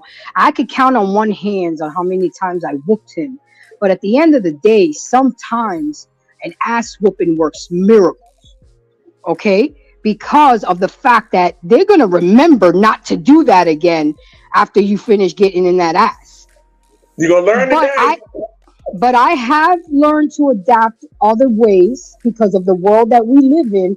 I have an anxiety when somebody raises their voice at me because my father raised his voice a lot at me. So I tell people, I shut down when you yell. So don't yell at me. So if you're at that point where you feel like I've yelling, heard that somewhere before, Gracie.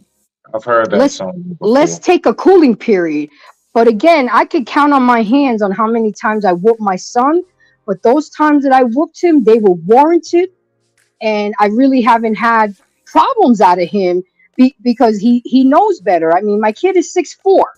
Ain't no damn talking sometimes in the world with that. You know what I'm saying? But I get it best. And I know you're torn between the two. But once you do have your own, and sometimes it does, you whoop them to sleep. They wake up the next day a whole new person. The light bulb came on, and they know not to do it again. But nowadays, the easiest thing to do for a kid is take their phone away. That's like taking their oxygen away, and that was crazy. My son went to social services at school when I took his phone away. Oh, you can find social services, but you couldn't find the math tutor. That's funny. So I took that phone away for 3 months. And when the teacher tried to call me, well, these kids, they need their phone. And I told the lady, with all due respect, ma'am, we made it without phones. He don't need no goddamn phone, and he's not gonna have the phone. So if he can't do his work without that phone, he can go to the media center, he can go to the library, he has a computer. He don't need that phone, and he won't have that phone for the next 3 months until the next marking period. Gracie, you know what a lot of parents be saying though? What? Now, mind you, I'm with you all the way. I am 100% with you, twin. The thing is, because of let's say all of the mass school deletions, a lot of parents be like, you better keep this phone on you. Now, of course, the parents' intention is this is for emergency. Now, we all know, you know damn well your child ain't about to only use that for emergency. That's going to be IG time. That's going to be texting a friend. Yep. Right there. That's right there, 3 desks over from them time. That's going to be, then I'm going to text my boyfriend. That's 2 desks over to the left time and everything else. So that's what that's going to be. You see what I'm saying? But all I'm saying is that's real tough to try to measure in, because of all of the crazy shit that's been going on in the schools, man. Just boom, out of nowhere, somebody gets a call. Yeah, that's right. Prepare for a funeral, not dinner tonight. And that's extremely tough to deal with. I mean, So yeah. Smitty, I hear you, but even in that case, as a parent, you already know what's going on because it's on the news. The school emailed you, text you. What can your kid do by calling you? Because they're not going to let you in the school. Okay, you know No, that the that's kid is true. alive. That's true. You Because know the I've heard kid. many horror stories. I've heard many horror stories about how parents can't even walk their child to the classroom now. I've heard many. I don't know. I just can't picture that. I have a hard time. My brain just cannot. I mean, just from the days of me going to school, I'm class of 2000, so going to elementary school, middle school, and all that 80s and 90s, like, nah, I remember like moms, like literally, like, I mean, I remember my friends being like, "Hi, Mrs. Smitty," and like I go sit my little black ass down. You know what I'm saying? And I remember that shit. So I don't know. I know it's different now. I get it. I get it though. And it was hard for me because I have an only child. So when he's home alone and with no phone, it was more stress on me, the fact that he didn't have a phone, than on my kid. Because when you're an only child and I'm at work and I want to check on him and I can't. But thank God that I had a strong support network where I had neighbors that would go check on him. He had his titis go check on him. But I'd be damned, I stuck to that. No phone for 3 months. You ain't gonna get it. No, and shut down that internet at 10 o'clock at night. I mean, we just, I guess we got to stop being so nice sometimes, because these kids are growing up in a not so nice world nowadays. Yes, ma'am. Yes, ma'am. Let me say this, right? You know what I mean? And this is the thing, right? At the end of the day, you know what I mean? And it's just to tie a bow on it because I know we got another video, so I want to get tired of the video, right? Now, you know what I mean? To tie a bow on this bad boy, right? This is my thing. Now, the reason why I use Dick Gregory as an example, because this man is Hold tight. Excuse me. Watch your mouth, woman. Okay? Ain't nobody owe nothing. Do you see any great? Talking that shit. Go ahead, rock out, so. I got some The great. reason why I use Dick Gregory as an example because he's a lot older and he was a lot older and wiser than all of us, and I'm not saying he as an older and wiser man he can't be wrong, but I look at his children, I look at how functional they are, and they are extremely respectful, extremely good people, as from what I see.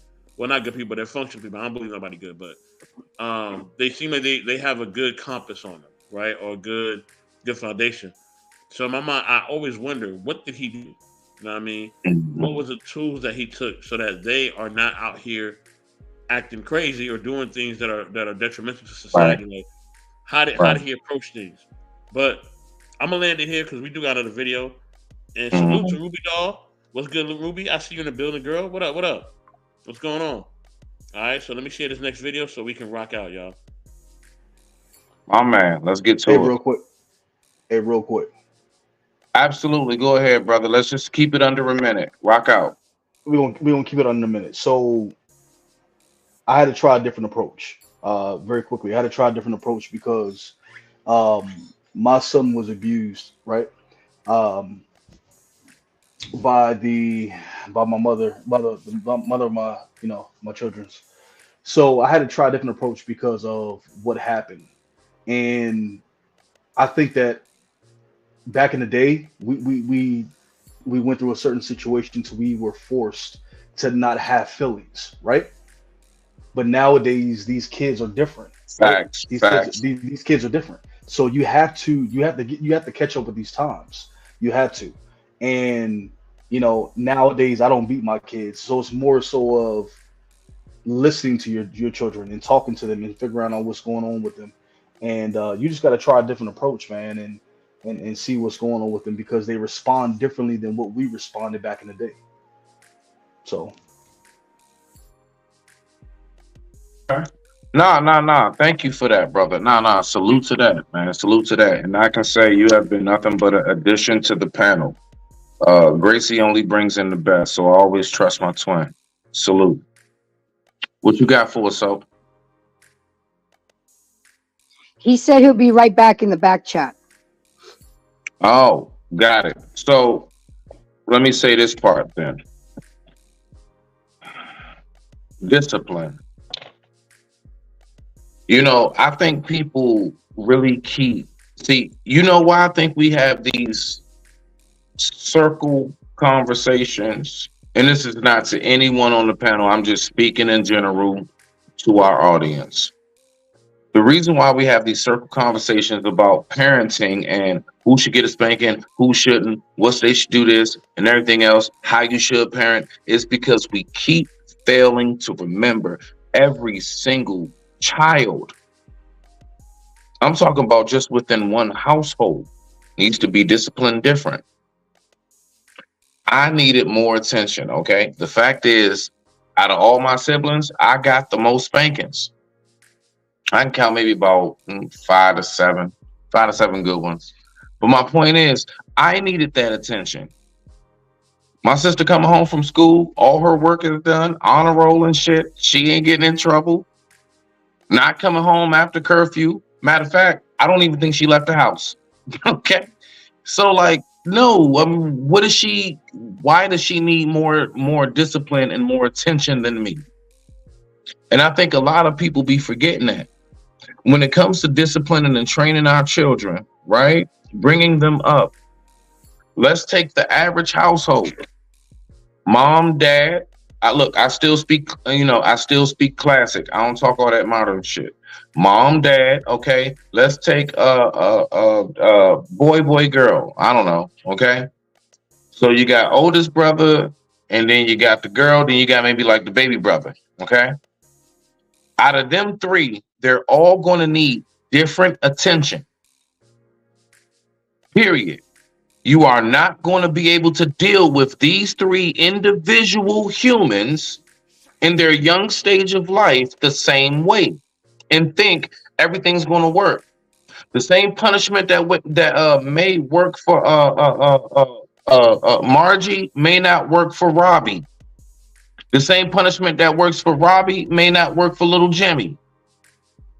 So you need to so the thing is that it's really all about one. I say this all the time.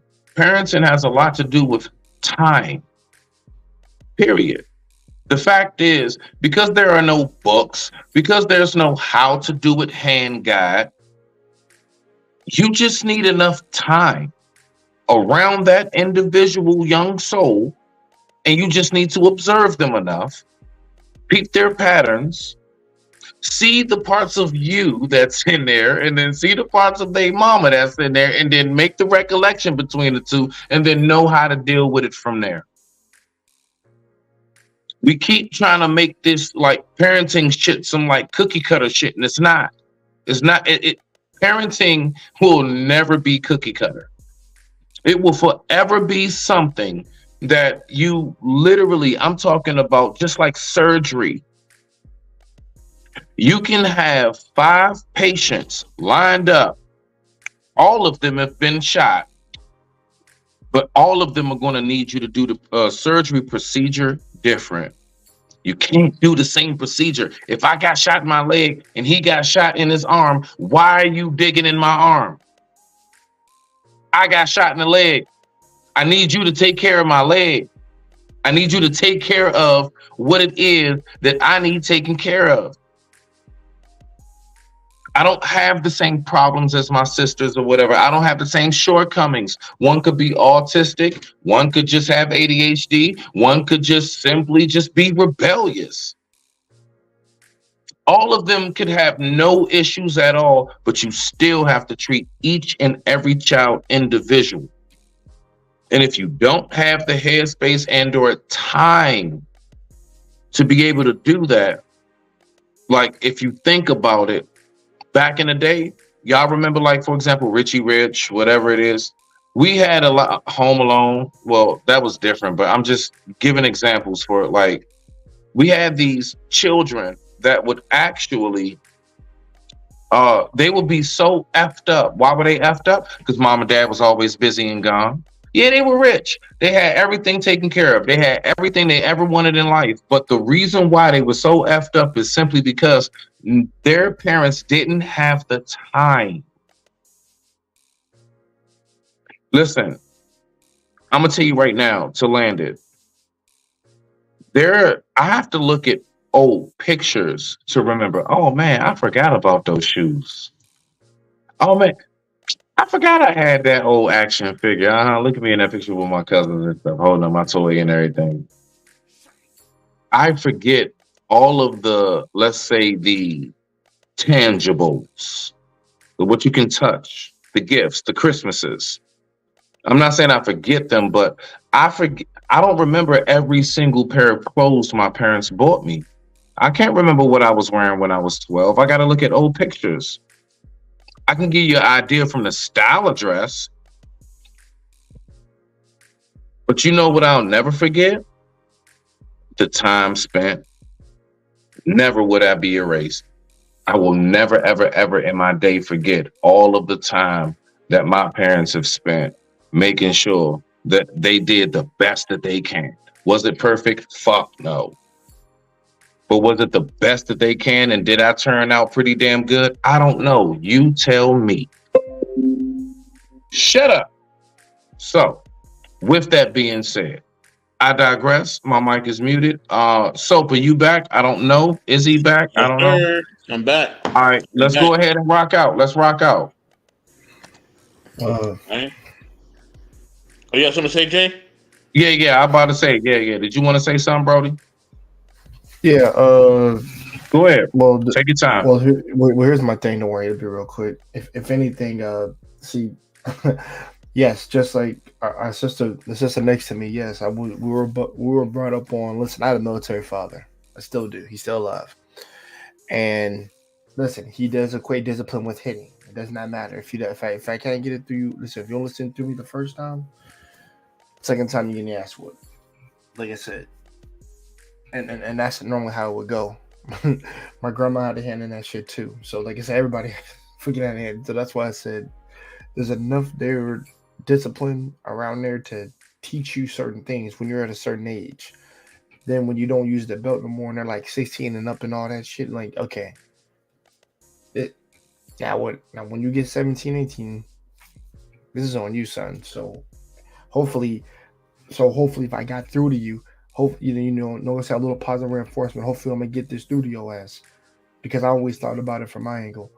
Because like I said, the thing is, like I said, if you do something bad once, all right, I'm gonna talk to you. It's like the second time you do it, I'm gonna whoop your ass. The third time, I'm gonna say this: motherfucker get caught, and I gotta bail his ass out. Nah, nigga, you stay in juvie. That's my thought process. Because I'm not to sit here and go 12 verbal rounds with you and actually have to explain. And here's what I mean by that: I am not going to give you a fundamental breakdown of what is good and bad when I've already done it so many times. When you have me and your mom, and your grandma, and enough of everything to know what is right and what's wrong. More so that if you do act up, you can get 2 ass weapons, one from your mom and then one from me, and I'm fine with that. Like I said, the wife don't need my permission to whip his ass. but because it's real. Because like I said, pain is almost and I want to sound sadistic when I say that, but pain is the best teacher. Because when you get hit enough, you'll realize, okay, this shit hurts. Let me behave and not do this shit. And that helps you understand not to that helps you understand to correct yourself as you get older and realize there's bigger consequences outside what I'm gonna do to you than what's gonna happen to you if you go to jail. I can promise you that. And like I said, ass whoopings keep you out of penitentiary. That's what my uncle passed on to me. And that's what they do.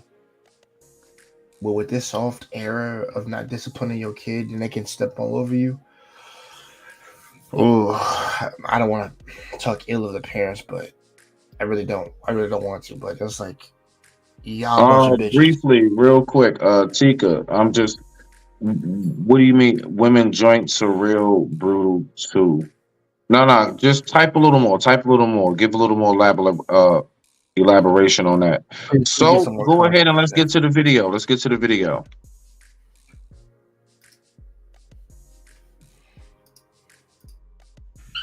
Last week, I was clearing our driveway from snow when I came back in the house to take a piss and overheard a phone conversation between my wife and her friend. Our house is echoey, and she didn't hear me come in. My wife said, I mean, it's a good thing you did this now. You don't want to end up with your second or third option like I did. I pulled out my phone and recorded her conversation. It got worse. He's not the love of my life, but I do love him. And if Paul, her ex, wasn't so terrified of marriage, I'd probably still be with him. Inside, I felt destroyed and haven't said much to her since. I let my best friends, sister, and parents listen to the recording. Best friends say I should get a divorce. Family says the opposite. Thoughts?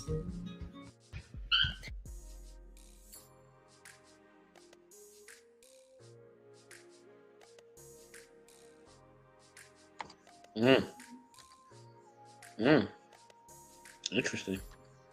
So my thing is this. This is my thing, right? Mm-hmm. When it comes to videos like this, and I hear guys, typing, speaking, I just be wondering. I'm like, okay, one, I have to ask these questions first. Of course, we don't know these things, but if I was like, that was my boy. Okay. How old is this couple? I do believe that matters because the age could matter. 2, how much experience does this guy have? I keep hearing about these guys getting so bamboozled. And I'm going to tell you right now, has Smitty ever had the wool pulled over his eyes? You're damn right. More times than I can count, honestly. I mean, at least throughout like my years of just like, I would say like what, from high school to this very day. Yeah, man, I've had the wool pulled over my eyes more than enough times. But the thing is that these are things that happen once upon a time. Once upon a time it happened. Why? Because of my lack of experience. It's a lot of shit that either dudes purposely choose to not acknowledge that's right in front of their face. See, niggas get to letting women think that the only ones who got red flags is us. Psych. Thought it was. Thought it was. Nope. Y'all too. Y'all too. A lot of folks get to thinking that. So my thing is that when it comes to, thought this was the love of my life, overheard this and everything else, I'm saying to myself, what has been going on in that relationship for however long that you just didn't notice and didn't pay attention to? And I'm gonna say this right now, ladies, I'm gonna say this shit right now. I don't want to hear that. Well, women can be very cunning. We can do some shit right under your nose. Miss me. Because there's something called pattern. It's something called routine. And when you're with somebody long enough, you people pattern, you people routine. Once they break the pattern and routine, I notice something. So I don't be wanting to hear none of that shit. Miss me with the whole women can be super cunning. Women can, no, you have no idea, Smitty. We can have 2-3 niggas and you'll never know. Psych, thought you could. Thought you could. Psych. Nope. Head.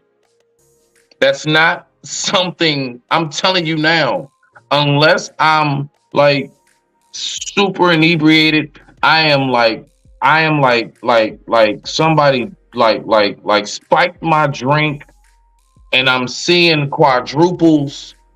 You're not getting no shit like that by me. As long as I'm in my right headspace, third eye open, I'm paying attention, I'm peeping patterns. I notice you stop calling as much. I notice you don't respond this way. I notice that you're now doing this. I notice you're now saying, hey, this is my new friend. I am peeping the shit. So I just be trying to figure this out. Like, so, I mean, with that being said, we're going to go ahead. We're going to go ladies first, man. Ladies first on the panel, man. So, Gracie, yes, absolutely. I want you to give your take first. Jay, you go ahead, and then, of course, we already know how Soap rock out. So I digress. My mic is muted. Floor's open. So, Smitty, I would have to 100% agree with you because men that are more experienced are in tune with their women. They notice shit. They just the type that don't say nothing and they observe. And I'm living proof right now because if as soon as I start moving different or I do or say something different, I'm getting checked. by my guy, because that's if he cares enough, if he's in tune enough and knows your patterns and how you move. Yeah, there's some guys that we can play with. There's some guys that we can have 2 or 3 niggas on the side. But then there's some other men that you can't play with them and they see things. They may not say something right away. They give you enough rope to hang yourself. That's what a lot of the smart, more experienced, in tune men do. And I've learned that. They keep them in the chamber for when the time is right. you know?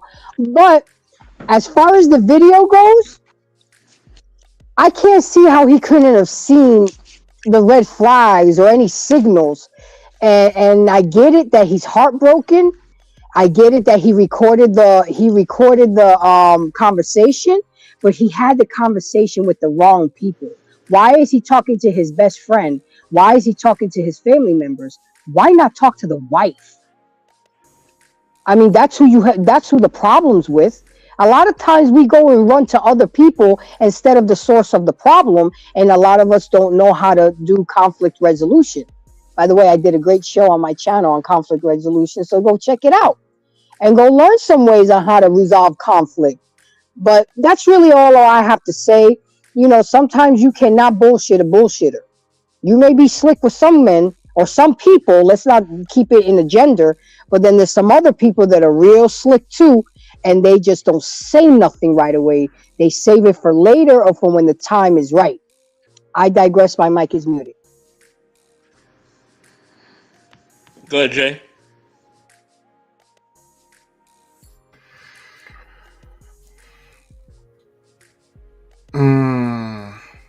Like, give me some further context. You're talking about in the sense of like the woman being sneaker with disciplining their kids. No, Come no, on, no. man. From the video we just played, like, what you think? Not too much to add on that, really. If I had to really be honest, I'm like, there's nothing I can really add to that. Go ahead, Mr. Best. Okay. All right. So, this is what that is, right? I'm gonna tell you what happens in relationships. All right. Most times, not all the time, but most times. This is what happens. What happens is that in relationships you have a lot of expectations, right? Man has expectations, the woman has expectations. You get in a relationship, right? And you're believing that this person is going to meet X, Y, and Z of these expectations, right? The man, this gonna be the best man I've ever been with. He gonna do this, that, and the third. This one gonna be the best one. You have all these lofty expectations. And then that person, you know what I mean? Not because they're a bad person, not because they're trying to hurt your feelings, not because they're trying to be evil. They don't meet those expectations, right? The expectation that you have has now not been met, right? So now, because the expectations have not been met, and now you're together, right? You know what I mean? And you living with each other, you done had kids, you married or you living as married or whatever, right? You know what I mean? Now that you're together, now the expectations have failed. Now you start thinking about other people. Man, I should have got with so-and-so. You know what I mean? Because they would have did this, that, and the third. Oh, I should have got with so-and-so. You know what I mean? Because he would have been better. He had a better job. You know what I mean? Or I should have got with that girl because, man, hey, she listened to me better or whatever. All this stuff comes in because people have been disappointed. You know what I mean? Chose, right? They're disappointed, you know what I'm saying, as far as that person for. And so now they start nitpicking. Now it's, oh, you know what I mean? This ain't right, and oh, that's not right, and oh, blah, blah, blah. Like, we just start nitpicking at every little thing. You know what I mean? And that's only because that person has not filled in all the gaps for us. You know what I mean? So now that person is just like the worst person in the world. Now she should have got with Bob, who works at Tesla. Now he should have got with Stacy, who works at Google. All the stuff start coming apart because you're just mad that person does not fit in your little box. You know what I mean? Is it selfish? It can be, right?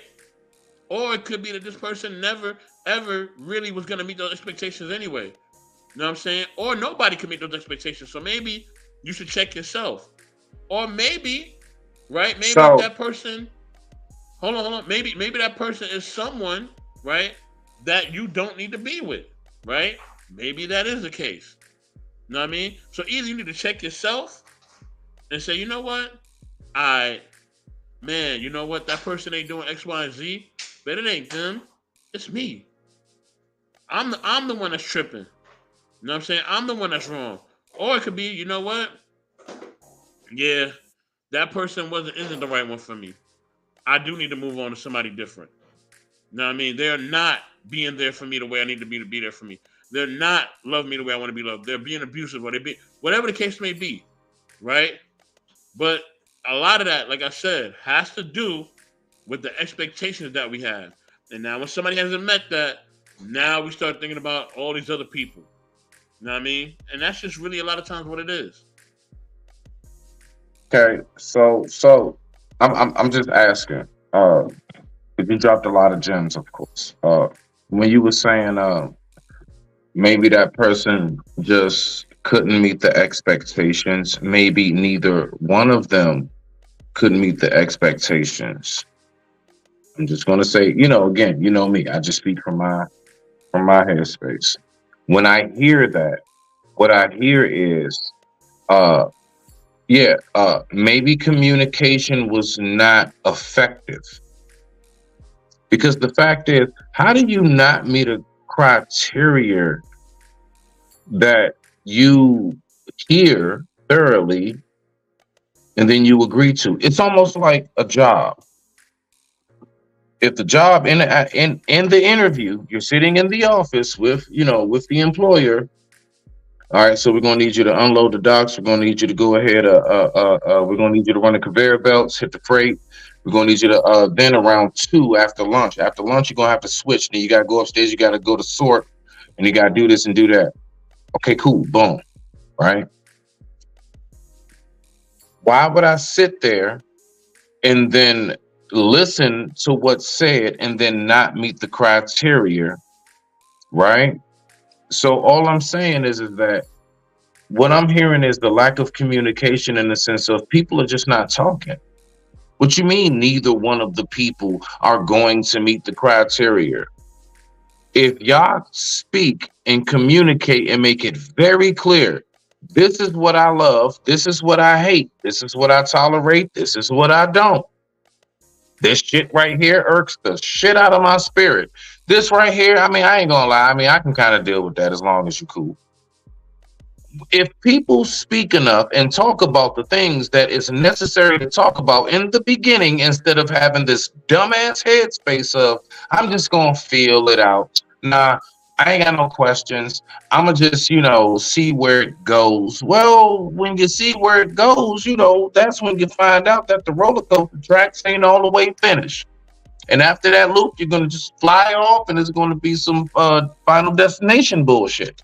And I'm just saying, people need to recognize exactly how, when it comes to, if you're gonna be with somebody that is like the equal yoke for you, if you would say, as a lot of folks, now we're equally yoked. Okay. All right. Well, you need to get somebody that, one, first and foremost, you can talk to. I'm going to tell you right now, the number one thing that I look for is, can I communicate with you? Don't be an open book, but definitely like, throw little teaspoons of yourself out there. See how they respond. See if they ask and inquire about more. See if they don't give a fuck. You got to peep all of these things. And I'm not just saying this for fellas. I'm saying this to the ladies too.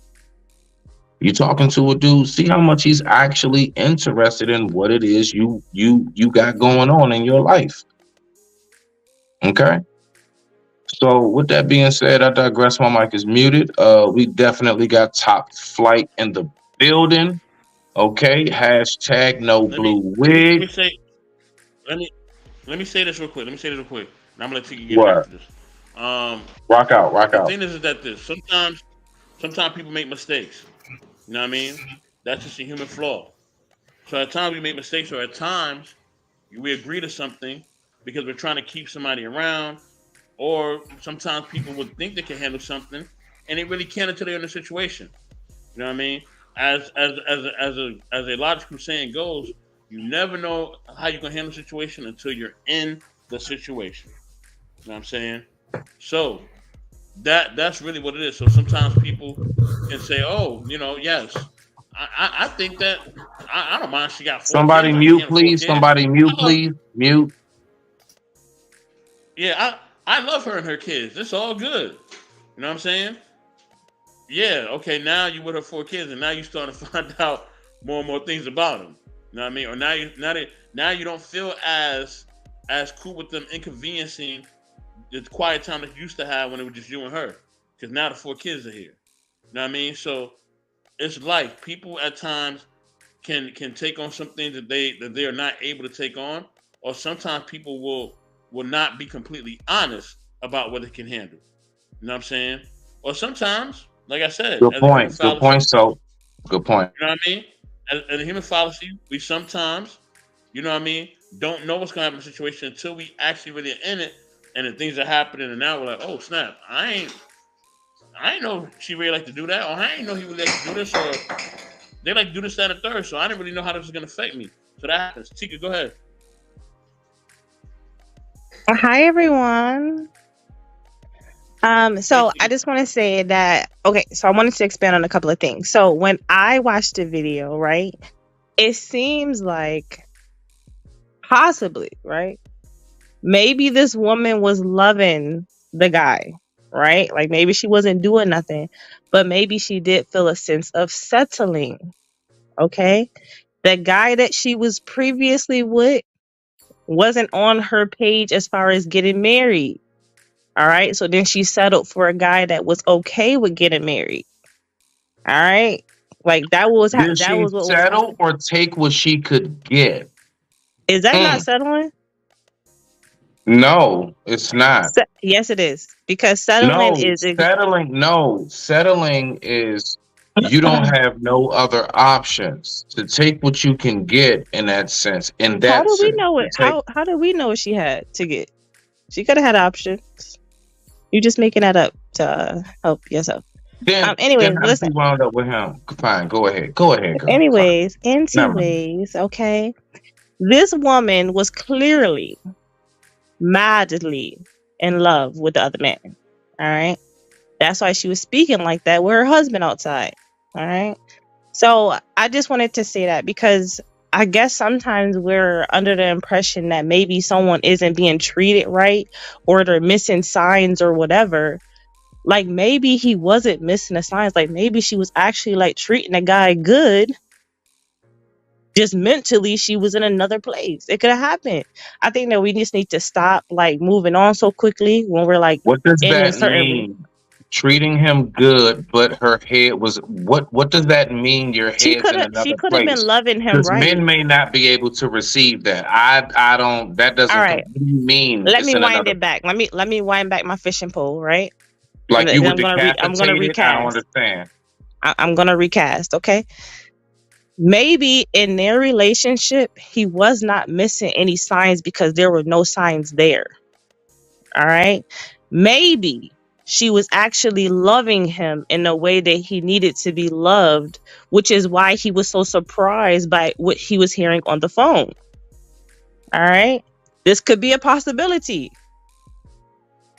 That's why he's like, oh my God, I'm going to tape this and tell all my family. Like, he didn't even talk to the woman. He just showed everybody else. It was really weird. But, like, it's possible that she was actually treating him right because he does want what she wants. But maybe her headspace was in another place because she actually was in love with a whole nother man. So we need to start giving ourselves way more breaks and actually come to a relationship prepared to date. And not just moving on so quickly to the next person because they're on our accord. Like, that's period, point blank. All right. So I just wanted to come up here and say that. So No objections, Your Honor. No objections. mm-hmm.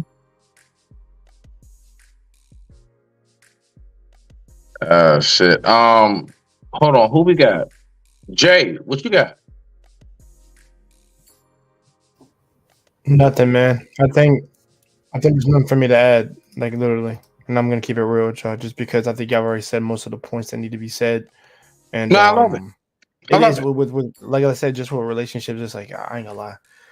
I'm gonna keep it real. I think everybody, no offense to y'all. Okay, never mind, y'all. He has a point. Go ahead, Jay.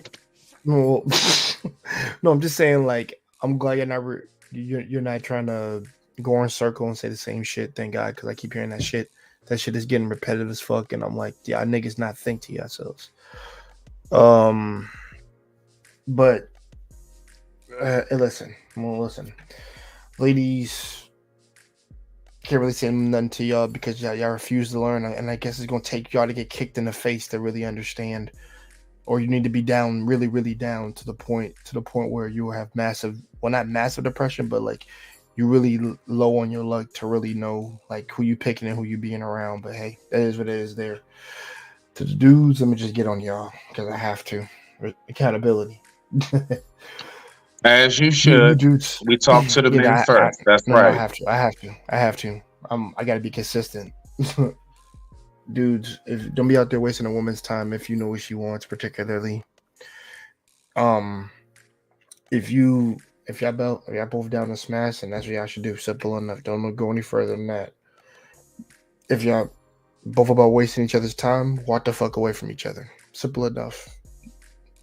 I know I said both on that line, but for the dudes, like, dude, If you with a girl that's trying to waste your time, walk the fuck away. Same shit. I'm gonna give you the same credence I would give her.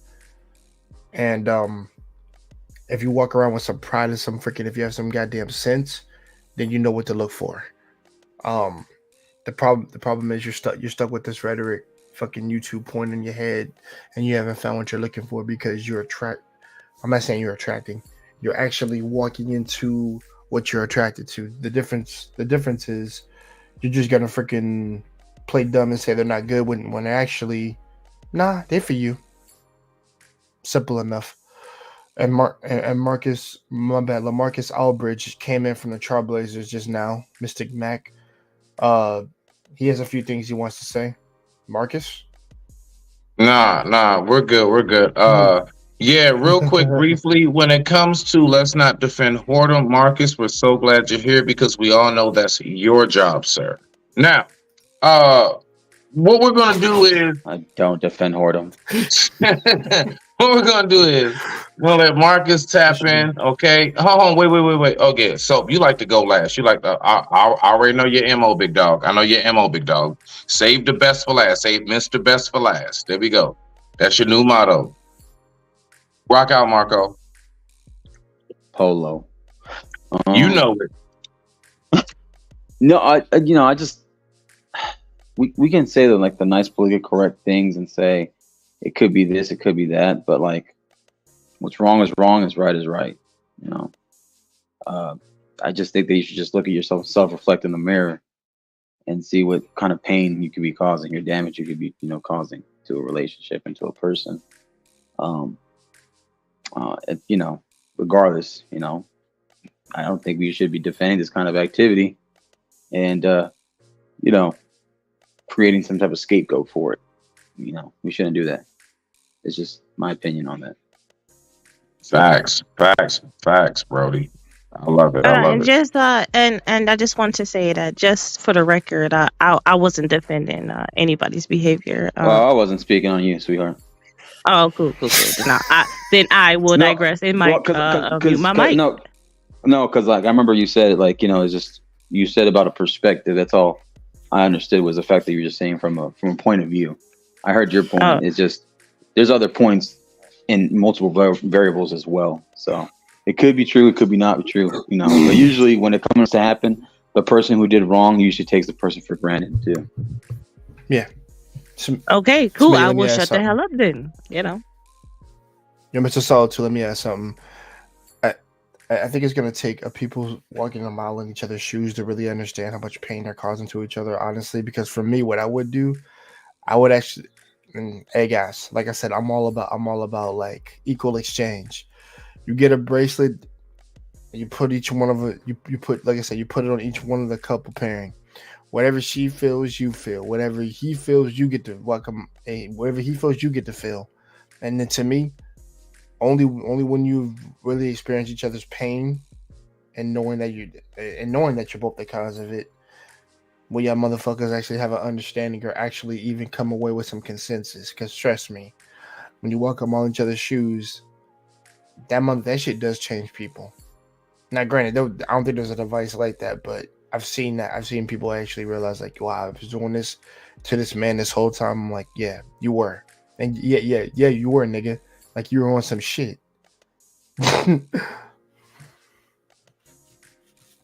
Well, go ahead, brother. I know you want to say something.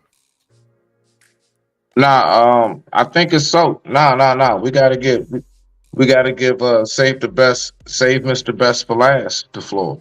It's his turn. Rock out, so what you got for us?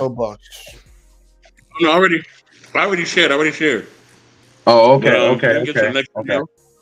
Rock out. Hey, so on this one right here, ladies and gentlemen, okay, so for our final video, and I just got a little sidebar question if we have enough time. So we're just gonna see how it works out. I always got enough planned for us. On this video right here, all I want to know from the fellas, okay, from the panel to the chat, if you were him, what would you do? Rock out, so.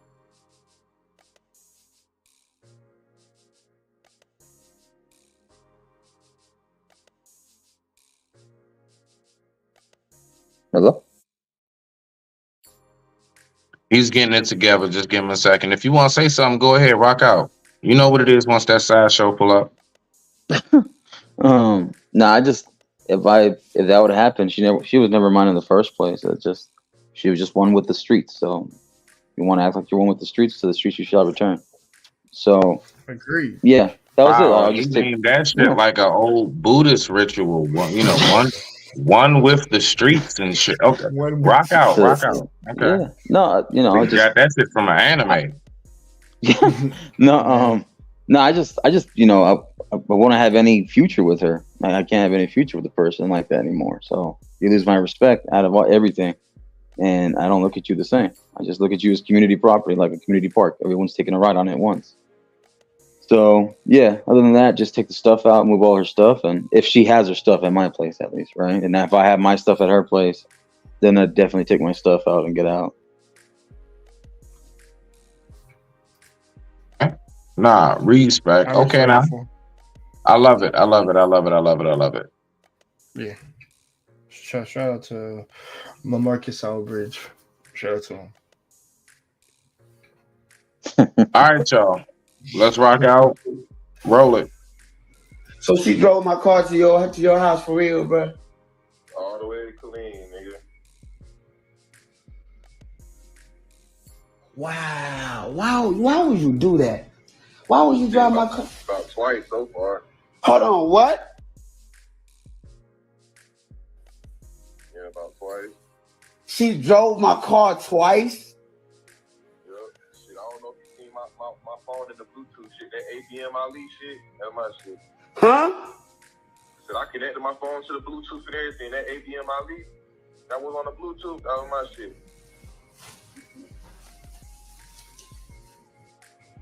You bold. So she drove my car to your house for real, bro? All the way to Killeen, nigga. Wow. Why would you do that?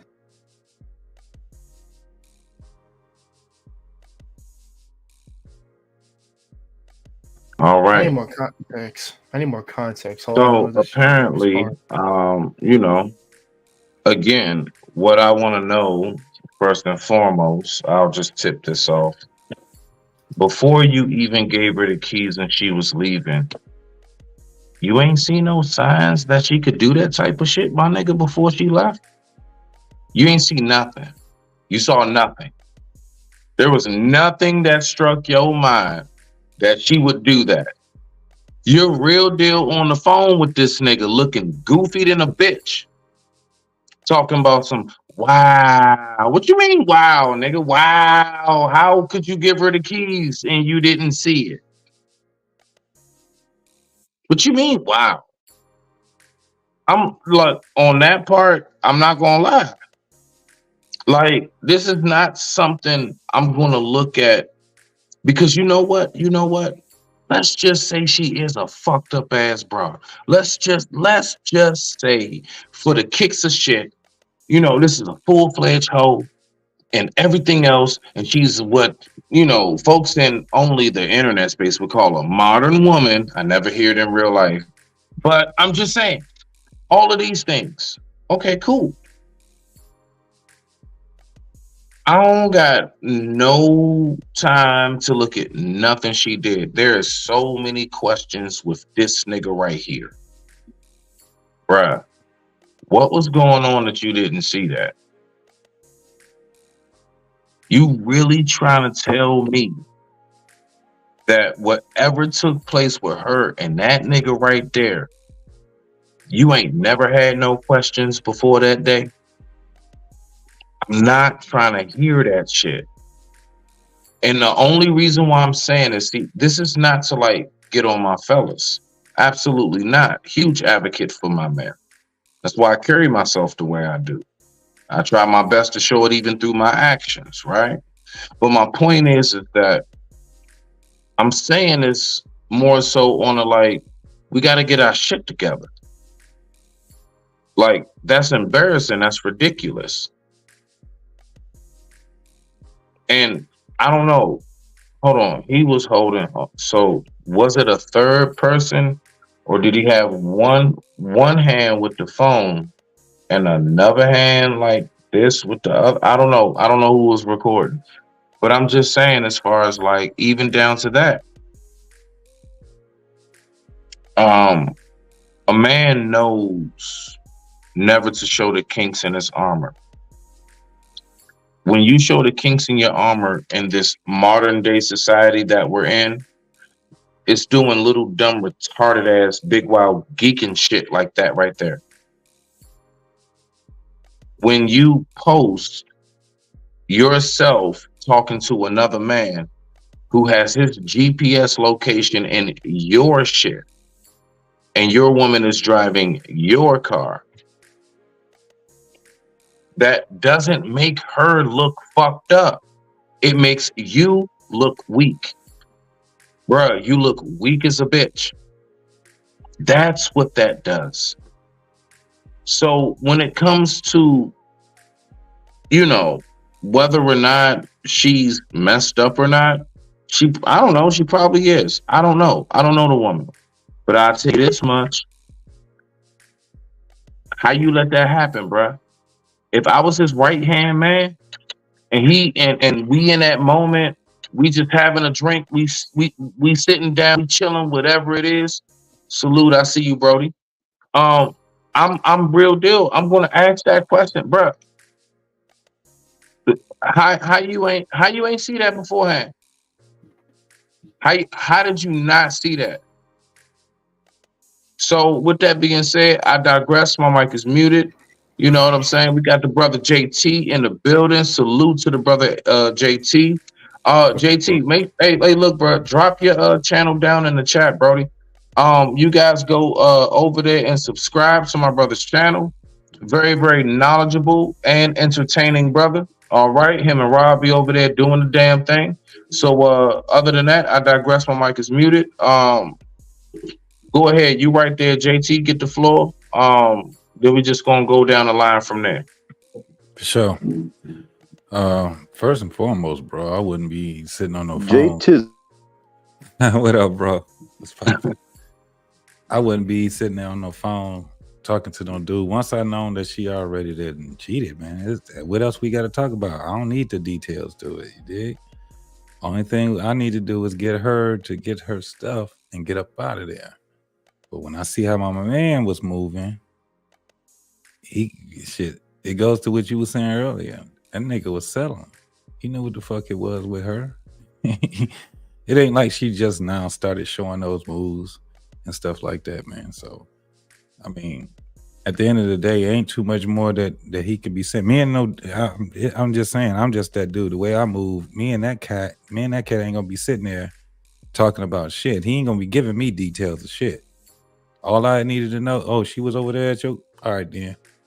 I hang up with him. We ain't about to go with the wow and all that shit, all that reacting and all that shit. Fuck that. Get you out my motherfucking AO. That's it, man. I can end it from there, for sure. Nah, man. Respect to that. Jay, what you got? And then we're gonna go to Gracie, and then we're gonna go down the line from there.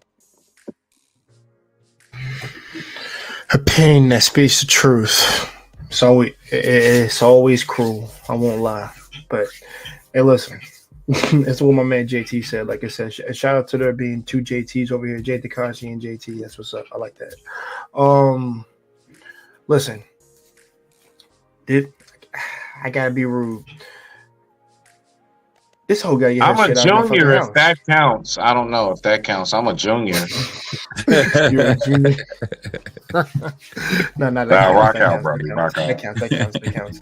But like, no, but all straightness, this raw guy get his shit out of my house. I don't give a fuck. Trust me, because when you cheat on me, trust me, you not even for the streets, you for the dogs, and for the junkyard.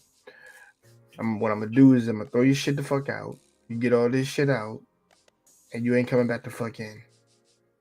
And that's how the hell I roll. And guess what? If you don't leave willingly, I have my sister come deal with your ass. So you can get the fuck out peacefully, or my sister could body suplex your ass out. So don't. So like I said, if you try to come back, the doors will be locked. And if you break into my house, I'm calling the cops. So yes, yes, by all means, get the hell out. Like I said, I no longer care about you. That's easy how it is to detach you from me. Just when you do that, I'm like, okay, get rid of the bitch. Simple enough. I can turn just like that. And also, dude, I'm not gonna be there just sitting there talking to the cat. And just like, dude, I wouldn't be on the phone like that. That would have been like, I'm taking care of this shit right now. And then afterwards, I'm about to go have me a shot of something. And then, hey man, try to relax. That's all it's gonna be. But that's my answer to that. Okay. All right. Tika, it's on you. No. Wait. Gracie. I'm sorry. Gracie, then Tika, Marcus down the line. Boom. Ferg, Uncle Ferg, we see you in the building. Salute to you, my elder. Rock out, Gracie. You got it, twin. Okay. First thing I'm gonna say is give a shout out to JT. That show was off the chain on Wednesday. That was amazing. So, the first thing I want to say is that these girls don't know how to move anymore, because I don't know about y'all, but I didn't get caught too many times. You know, I wasn't a cheat. I've cheated before, but I ain't never got caught.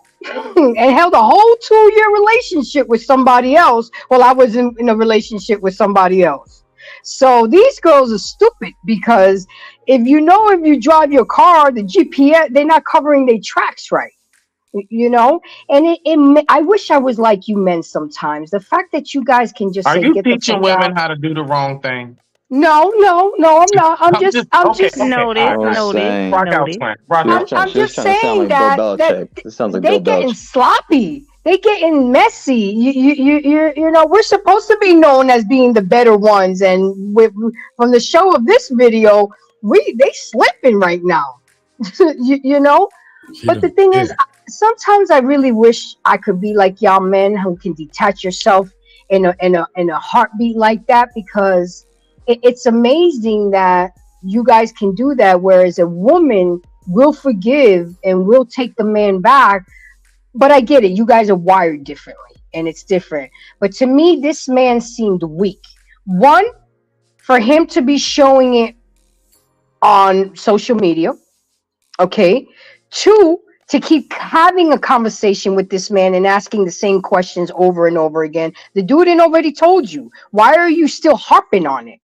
And by the way, guys, you cannot change your locks on me and just put me out. I know the law. If I've established residency at your house, you will have to evict me, and the process takes 45 days. So I know my laws. I know. So it is not that easy for y'all. Needless to say, you can make my life miserable while I'm living with you, but you can't just put me out like that. That's why I make sure my mail gets forwarded. My mail will get there before I get there. Yeah. So that's a little side note for y'all men too. If a woman tries to put you out and you have mail getting there, you have established residency and she cannot put you out, even if you're not on the lease, because she will have to go through the eviction process. But anyway, True. I just think that social media tells too much of our business. We don't deal with conflict resolution again. And if she didn't want to be with the man anymore, and if she was going to get this sloppy, because we all know that men don't forgive. So that's me. I sometimes think maybe that's a way of a woman breaking up with a guy. They just don't have the nerve to break up with them, or don't want to have the guilt, want to walk. And they'll do that knowing that that'll be the end of the relationship. But as far as the video, to me, it was unnecessary. You know, the person that you should be talking to is the person that you have the problem with, not the outside person. You got your information. Okay, hang up. Now do what you got to do. So with that being said, if you're not happy with the person, just leave. Just talk about it. And like somebody else on the panel was saying, we don't have those real discussions. We don't have those necessary discussions at the beginning. We always want to try to have those discussions when it's too late or when it gets messy. You know, how the hell you gonna be with somebody and you don't know their style of parenting, and now you got kids and y'all fighting over how you're gonna raise the child? That should have been established at the beginning, not in the middle of the game, because you can't change the rules in the middle of the game sometimes, you know. But with that being said, I feel bad for the dude. He's gonna be scarred for a minute, because the fact that he didn't even see the signs, again, that's a man that's not in tune with his woman. A man that doesn't know his woman's patterns, doesn't know how she moves. Because a man that's really interested in a woman and knows what's going on in his household as the head of household, you know, you're the captain of the ship. And if you don't know what your crew's doing, then you may be the problem. So with that being said, I digress. My mic is muted. All right, respect. All right. Top Flight. T, it's on you. Sis. It's on you. What you got for us? All Marcus, you right. next. Right. So firstly, I want to say that the woman was clearly wrong, right? Cheating is wrong on any accord, and you deserve to get left. And I will advocate for that any day and time.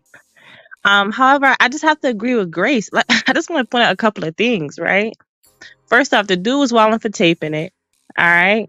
We are getting way too sloppy. I'm watching this video. We talked about something the other day where they got chicks calling in their woman's phone. I mean, we getting too sloppy with it, right? Then I have to just point out, like, the one side dude, he is breaking the side dude code. All right. Why you telling him? Yo, you telling this dude everything, man. All right. I thought we had a little bit. Look at the guys. They like they tight. I thought we had a little bit of a little bit of a thing going on, man. You know, everybody know you. If you're a real man, you don't kiss and tell. All right. So Shorty was wilding in all accords. You know, cheating first off.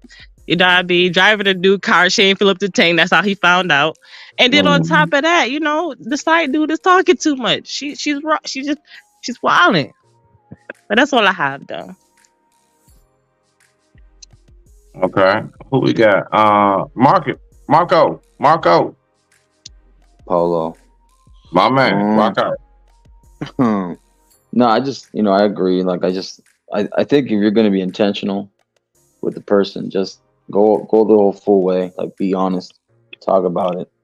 Because I think just like these kind of lackluster, unintentional relationships, just stay single. If you want to have fun and do your thing, stay single. Don't take somebody for a journey where you know it's going to be nothing but bumps. And I know I get it. Relationships are already tough as it is, but if you're gonna crash and burn and do stuff like this, no. And then go on social media, like, for you to blast it out like that. Like, a lot of these people, they don't really care. They just want to be entertained. Like, it's like gossip. It's like gossip. You're gonna post this online to people that you don't even honestly have a genuine conversation with. Like, do these people actually call you when you're down? Do you actually hang out with these people when you're going through your low life moments, not just the good times? Like, it's not like kind of like these panels where we're actually talking and being genuine with each other. Like, even then, it's like it's tough to sometimes cast out those who are actually the genuine people. Like, you're not meant to have a lot of friends. You're not meant to, honestly. It's only a few people you actually get to get close with. And I keep my circle small for the most part in real life. It's worked out for me so much so far. Now I may have acquaintances here and there, but for you to just gossip like that on social media, it's not going to help you. It's just going to hurt you more. This is coming from my opinion, it's like, talk to like your brothers, like, and if you don't have blood brothers, the ones that you actually do, that you vetted for years, if you have sisters that are honestly will hold you feet to the fire, not just when when you're wrong, but also like, hey, like, are you gonna actually give me some substance? Are you actually gonna actually sit down with me and talk, forget all the bullshit and stuff like that? Like, talk, have these kind of conversations with people like that.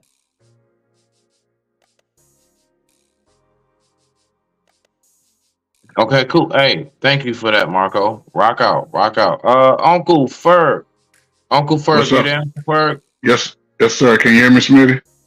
I mean, what? Talk to me, not about me. Oh, what's Rock up, out, everybody? How Ferg. you doing, Miss Grace, JT, my man, Wild Ass Wednesdays, everybody else, Marco. What is that, Jay? What's up, man? Who's that? Oh man, I forgot. I can't see. You know, I got glasses, but I'm still old.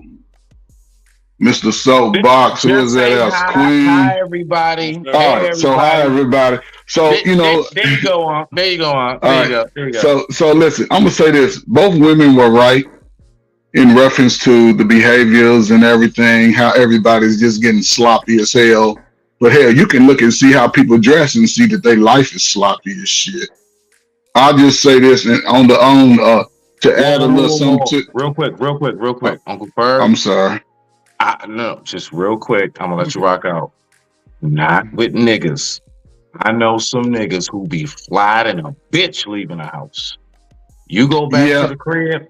I'm Uncle Ferg. Not with us. Not with us. I just want to throw that out there. Rock out. No, but that's with both men and women in that capacity. A lot of us floss like we got our life all together. We come out with all the name gear, knockoff shit. But then when you go to their private sections, that shit is like somebody done sent a fucking tornado or a hurricane through there. So yeah, we front on the outside with the gear and the drip, as y'all call it. But you know, I would like to know, just based on what we see as far as economically in America and society, how all these fucking rents are damn near $2,000, $3,000 for 1 bedroom, 2 bedroom apartment. And we can see everybody ain't going to work. So a lot of this income that people say they making, that shit is fake as hell. So, and there are people, men and women, that are like hobosexuals. Her behavior was already there. He chose to allow this woman into his space, and she just kept doing what she was doing. Grace said, if you that out of tune with a woman, why would you have a woman anyway? You're not doing that much unless he's working 15, 16 hours. But if your woman is on your accord, she's already in a time space with you, meaning you don't have to go look for her. You don't have to go look for your woman if she's your woman. And if you that dude, she'll know where to find you. So it just amazed me how, you know, we gotta look at shit. It could be a hobosexual hub. A lot of these women ain't got nowhere to go, so they're just gonna take that next option to get in for the winter. Now this get ready to turn spring, all that shit get ready to blow up. Same as a dude too. Everybody lay over in the wintertime.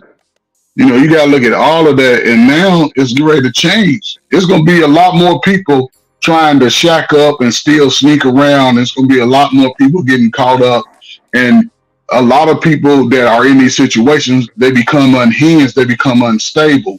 So be careful. You know what I'm saying? And first, and this is my last thing. A lot of times, black people, we lead with our dicks and our vaginas too much. Instead of, why not take the first 90 days, 6 months to get to know somebody? We move in with somebody playing house and shit, and that shit's backwards anyway. And then when this shit blow up, how could they do that? Shit, why would you commit to that? Even if you even if you having sex, cover it up. But no, we go bust up in the club, knowing that she's chaotic, her closet's messy, but you give her a baby, so your baby gonna be messy too. Just like a woman with a man. If he's living that chaotic life, you don't have his shit in order, then y'all relationship gonna be chaotic. Y'all have a child, the child is gonna just repeat the cycle because none of y'all gonna be invested in the child. It's gonna be what somebody did to me. So I don't know, man. We gotta get better because this shit out here is ridiculous. Hey, so in a nutshell, for those who are like Uncle Ferg, that was too intelligent, talk to me like a fourth grader. Okay, so for those of you, I'm just going to translate. Fellas, stop thinking with your third leg. Ladies, stop thinking with your second pair of lips. I digress, my mic is muted. So, rock out. That was beautiful, man. Don't be misled by the little head. I'm gonna keep this as simple as I can. Or the other mouth. Or the other mouth. I'm gonna keep it as simple as I can because that's what I do. Number one, charge it to the game, as I always say. Number two, you know what I'm saying? Watch who you lay with, watch who you stay with. Number three, anybody can be deceived because deception is a word in the dictionary. And last but not least, protect yourself at all times. And that's all I gotta say. That's it. Also to add to that, seduction is a con job. I just want to let y'all know that. Something you gotta look out for. Wait, what was that? What did you just say, Jay? I said seduction is a con job. Yeah. Yeah. Sometimes I like to be seduced though. So. Oh shit, my bad. Yeah. No. All right. So listen, seduction in itself, honestly, I look at is, I would say That's a show right there. Seduction is the pre-art of foreplay. Boom. Yeah. You see? Yeah. I like seduction. Speak it, twin. Speak it, Scorpio. No, real shit. So like seduction being the pre-art of, foreplay, right? And shit. My point is, when it comes to the whole seduction thing, before the peacock mates, what does it do? It raises its feathers and it makes sure that it can attract the best mate, right? We have birds that will dance around and they eyes look blue and they start glowing and shit. We have all kinds of ways that, the seduction part, that's like the prequel. That's like before we get to like the real story, which is when we get there, you see? So I just wanted to throw that little piece in there. Rock out. Floor's open. Yeah, it's like it's kind of like how you seduce somebody with a good looking plate. You know what I mean? When the restaurants, they make everything look, that's seduction. They make it all look good. So facts. Yeah. Now it can be used as someone that's trying to they using it for evil. No doubt about it. But it is what it is. When you're talking, you don't have to really advertise sex. It's like cocaine. You don't ever have to have a commercial for it. It sells itself. Hey, bruh.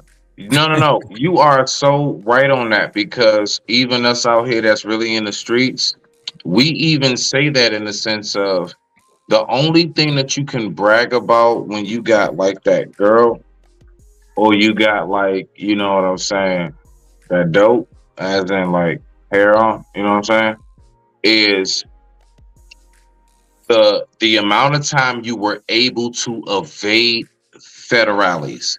That's all you can brag on, because the drug itself sells itself. Yeah. You are not something special because you had some fish scale, my nigga. It's right. Fish scale. It's gonna leave. That's out the door. Whether it's in All your you hands or need somebody is else's two hands. to three people from around the way to get that taste test, spread word. That's it. Just sit back and just make sure that you guard the door. As a matter of fact, you ain't lying about that. You ain't lying about that part. Advertise if you want to. Tell somebody that you got a Kia Coke. Advertise if you want to. Tell somebody your wife can give great head. Watch what happens. What? Hey, listen. I actually was talking about that. So a homegirl of mine, I'm not gonna say her name, she used to do a whole lot of talk about, this nigga here. She used to do a whole lot of talk about like we would be in like, all right, so we were all like mutual friends around the way, and she would, while we're all talking, so it's like, a couple homegirls from around the way, of course some fellas, and the old school, type of shit at the basketball court and shit. And she would always love to come out and be like, yeah, so my such and such got big, da-da-da, and he blah, blah, blah, and all this other stuff. And it's like, now, so mind you, the reason why I'm saying this because I was that friend around the way that I was always somehow or another the fucking peer mediator. I always had to be the peer mediator. Everybody wanted to call me on three-way, and it was my friends who was couples and shit. No, Smitty, no, listen, because no, I'm gonna tell you what he did. No, shut up. I gotta say something first, Smitty. And it's like, no, can y'all both shut up? Let me just ask some questions, slow down. She will always brag about how much this dude had this and had that. And you know what happened? You know what happened? He wound up cheating on her with 2 chicks and had a baby with one of the other ones, the third one. Yeah. Why?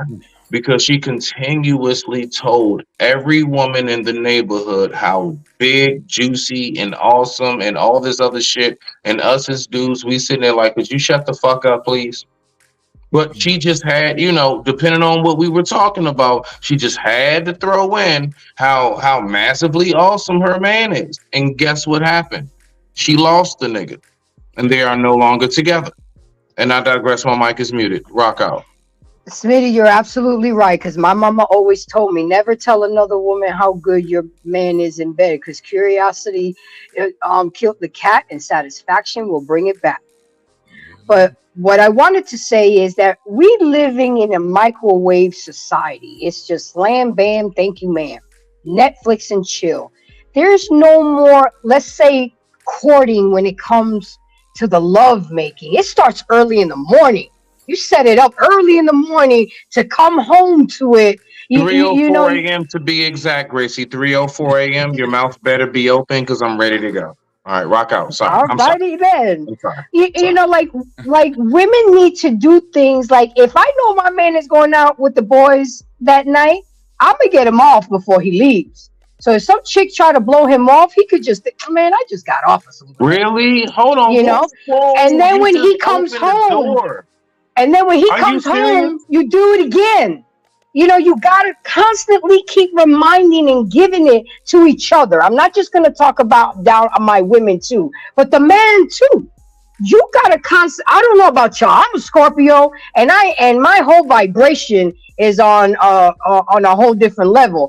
And if you don't get me there with that, everything else is irrelevant, because I'm about intimacy. It's not just about the intercourse. It's about the conversation. It's about the food presentation. It's about how you set it up for the day, the nasty texts at work. You know, and that's got to be a constant thing, or it's going to get boring. Somebody else is the work husband or the work wife is going to sound better. And that's what we don't do. We don't work at our relationships. We rather start something new than to work at what we already have. Why put up with new bullshit when you could, and you're already familiar with the bullshit you're dealing with? Just spice it up. Do different things. But people make themselves boring and claim. All right, hold on. Gracie. Go ahead. I guess I'm gonna want to add to that. I want you. Bet. I got you, Jay, real quick. I have to ask the ladies on the panel this question. Okay, so we're going to play scenario. I love to play scenario. So here we go. Okay, Tika, I want you to answer first. Gracie, and I want you to answer as well. Okay, so this is the scenario. All right. If I was your man, hypothetically speaking, right? Like on some real shit. Like, let's just say I'm getting ready to go out with my homeboys. It's the Super Bowl party. You ain't into the game and shit. You getting ready to just stay at the house with the kids, or you just gonna be in the house, you know, say we don't have no kids, we just dating. And I come to you while I'm out of the shower and I'm getting dressed, and I'm like, babe, come here. And you're like, huh? And you come in the room and I'm like, hey, real quick. And I'm laying on the bed, I'm like, let me get some hair real quick just so I ain't tempted while I'm out and shit, because, you know, I'd rather get it from you instead of getting drunk later and, you know, slipping up. Response. Tika, Gracie, rock out.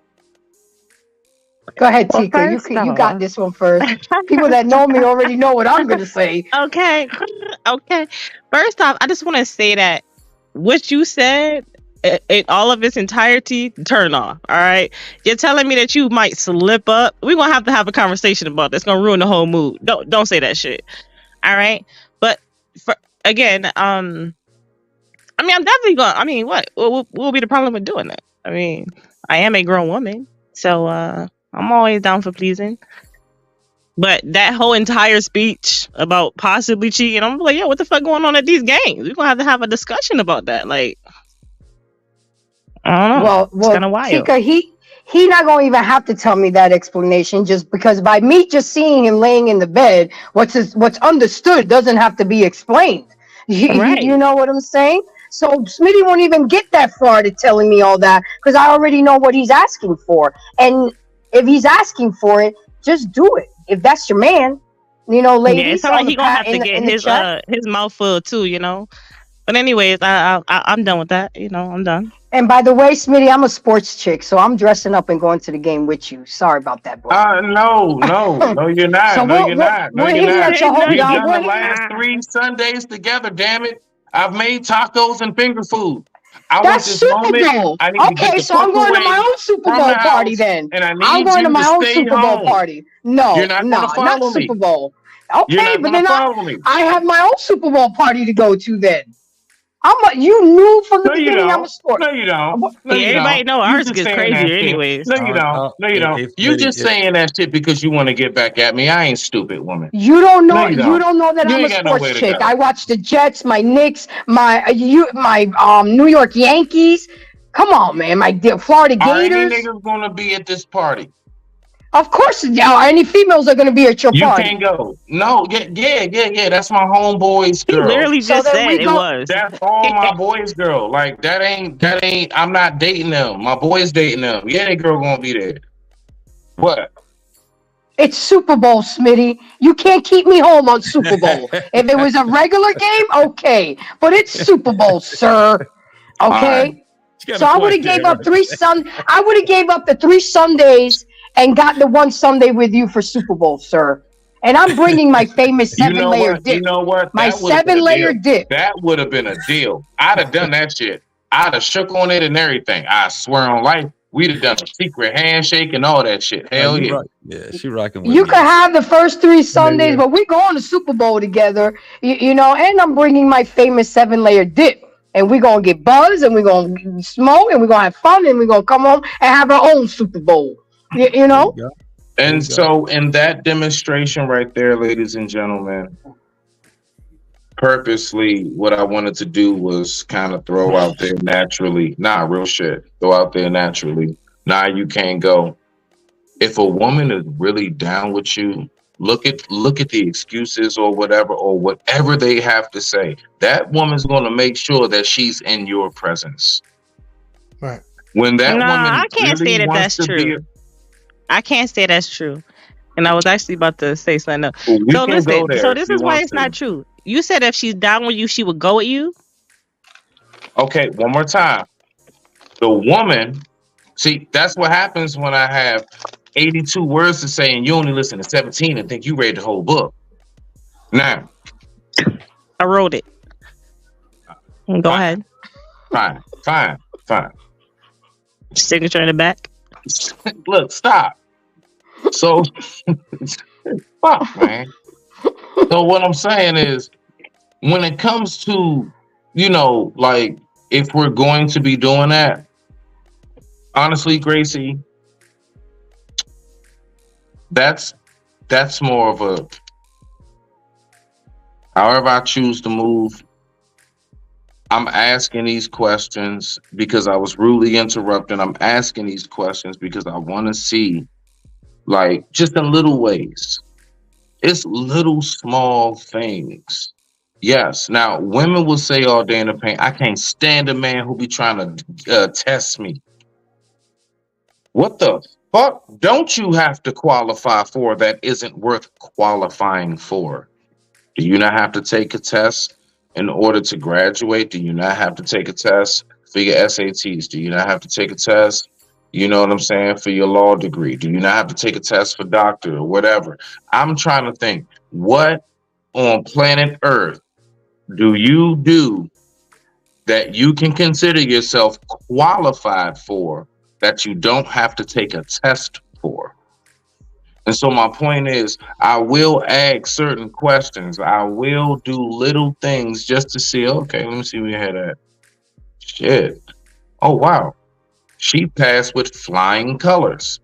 But there have also been times where I've seen, man, you fell miserably. Nah, I ain't gonna lie. That little shit right there, that really just showed me something. Okay, cool. Nah, don't worry about nothing.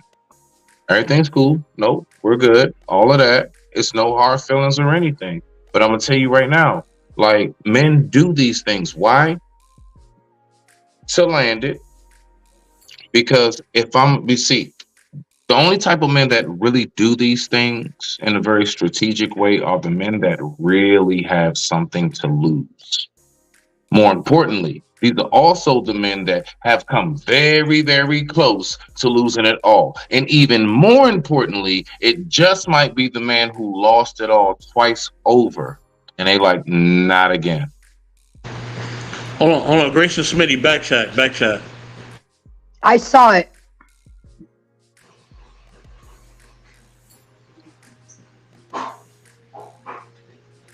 I got it, so rock out. Go on, nigga.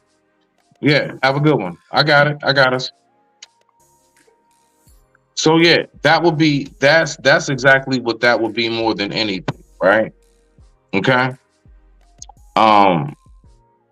Men have very much so a way of, because see, it's in us innately, just like it's in women innately to, in some form of fashion, be nurturing. Women may not have a child, but what do we say they have? Sun puppies and shit. Now we see little, toy terriers going down the street in the summertime and fucking children stroller baskets. Okay, because it's in them to be nurturing. It's in a man to actually, want to protect and provide. And that comes in so many different ways, more than anybody knows. So many different ways that comes in. But we're gonna open the floor up. Anybody got anything on that? Thoughts so far? I digress. My mic is muted. I was just gonna say, the only thing you have to do is just put her ass to sleep.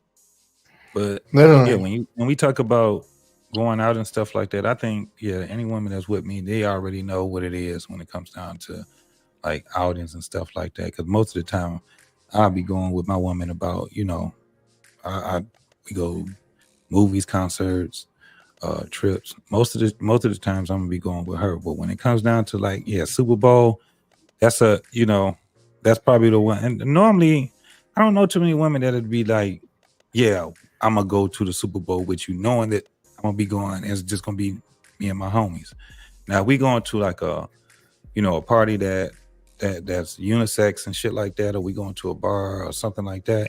Of course, it's not even, I ain't tripping off of that. I don't never trip off that because it's a lot of shit. I don't go by myself anyway, when it comes down to. Hey, but something though, JT? It's funny you say that. And while we're all up here real quick, okay? I was talking to somebody about this. And I was actually amazed, because, I get a chance to just have discussions with women, just random discussions.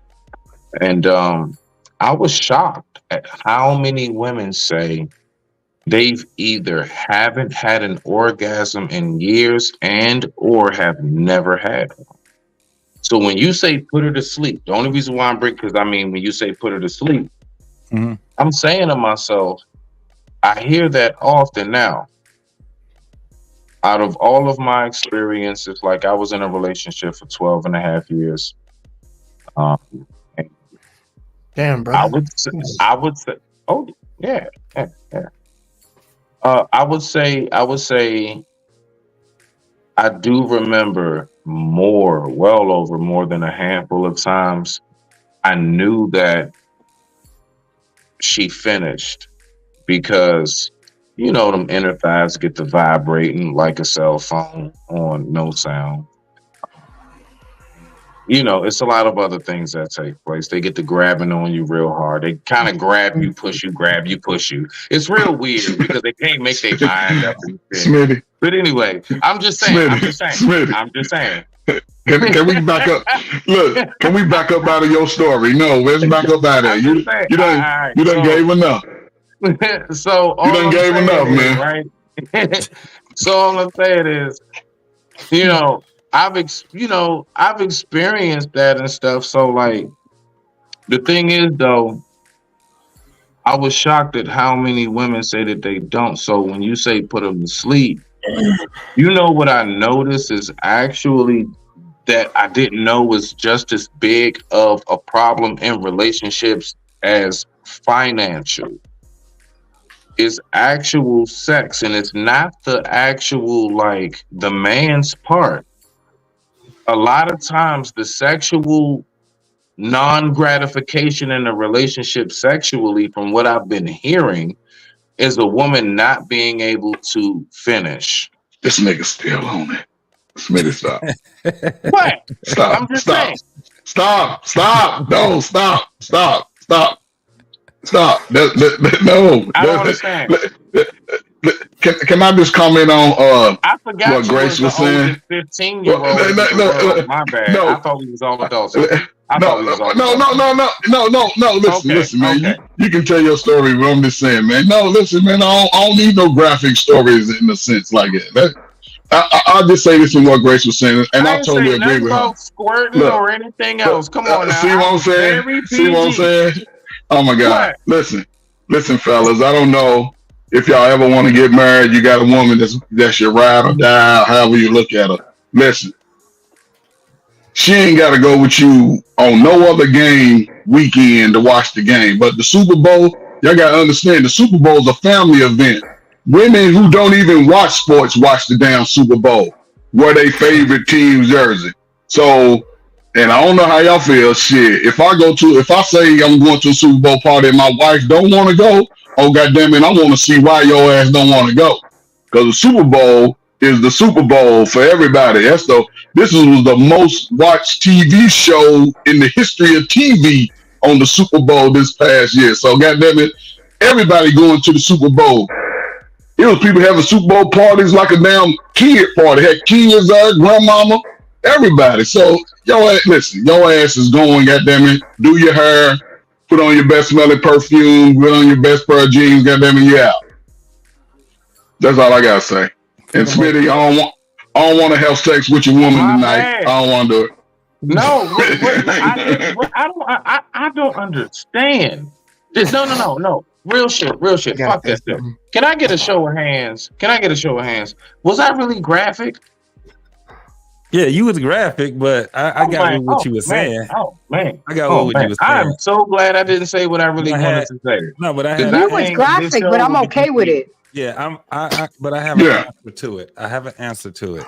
It is because sex starts with the mind. That's the thing. And so a lot of times, so a lot of times you have to have that conversation with them, man. That's the only thing I can tell you, because I don't know every goddamn woman.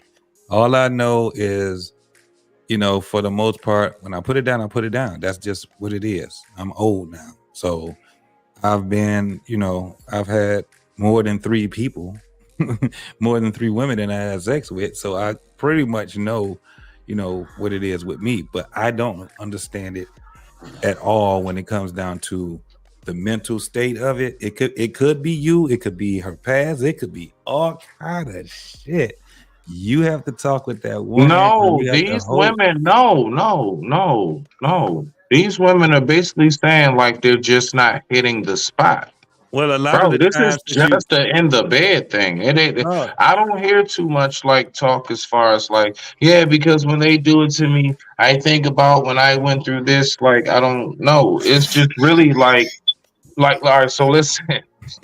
So I hear shit like this. I hear some women say to me, they'll say, I can't have I can't finish through penetration.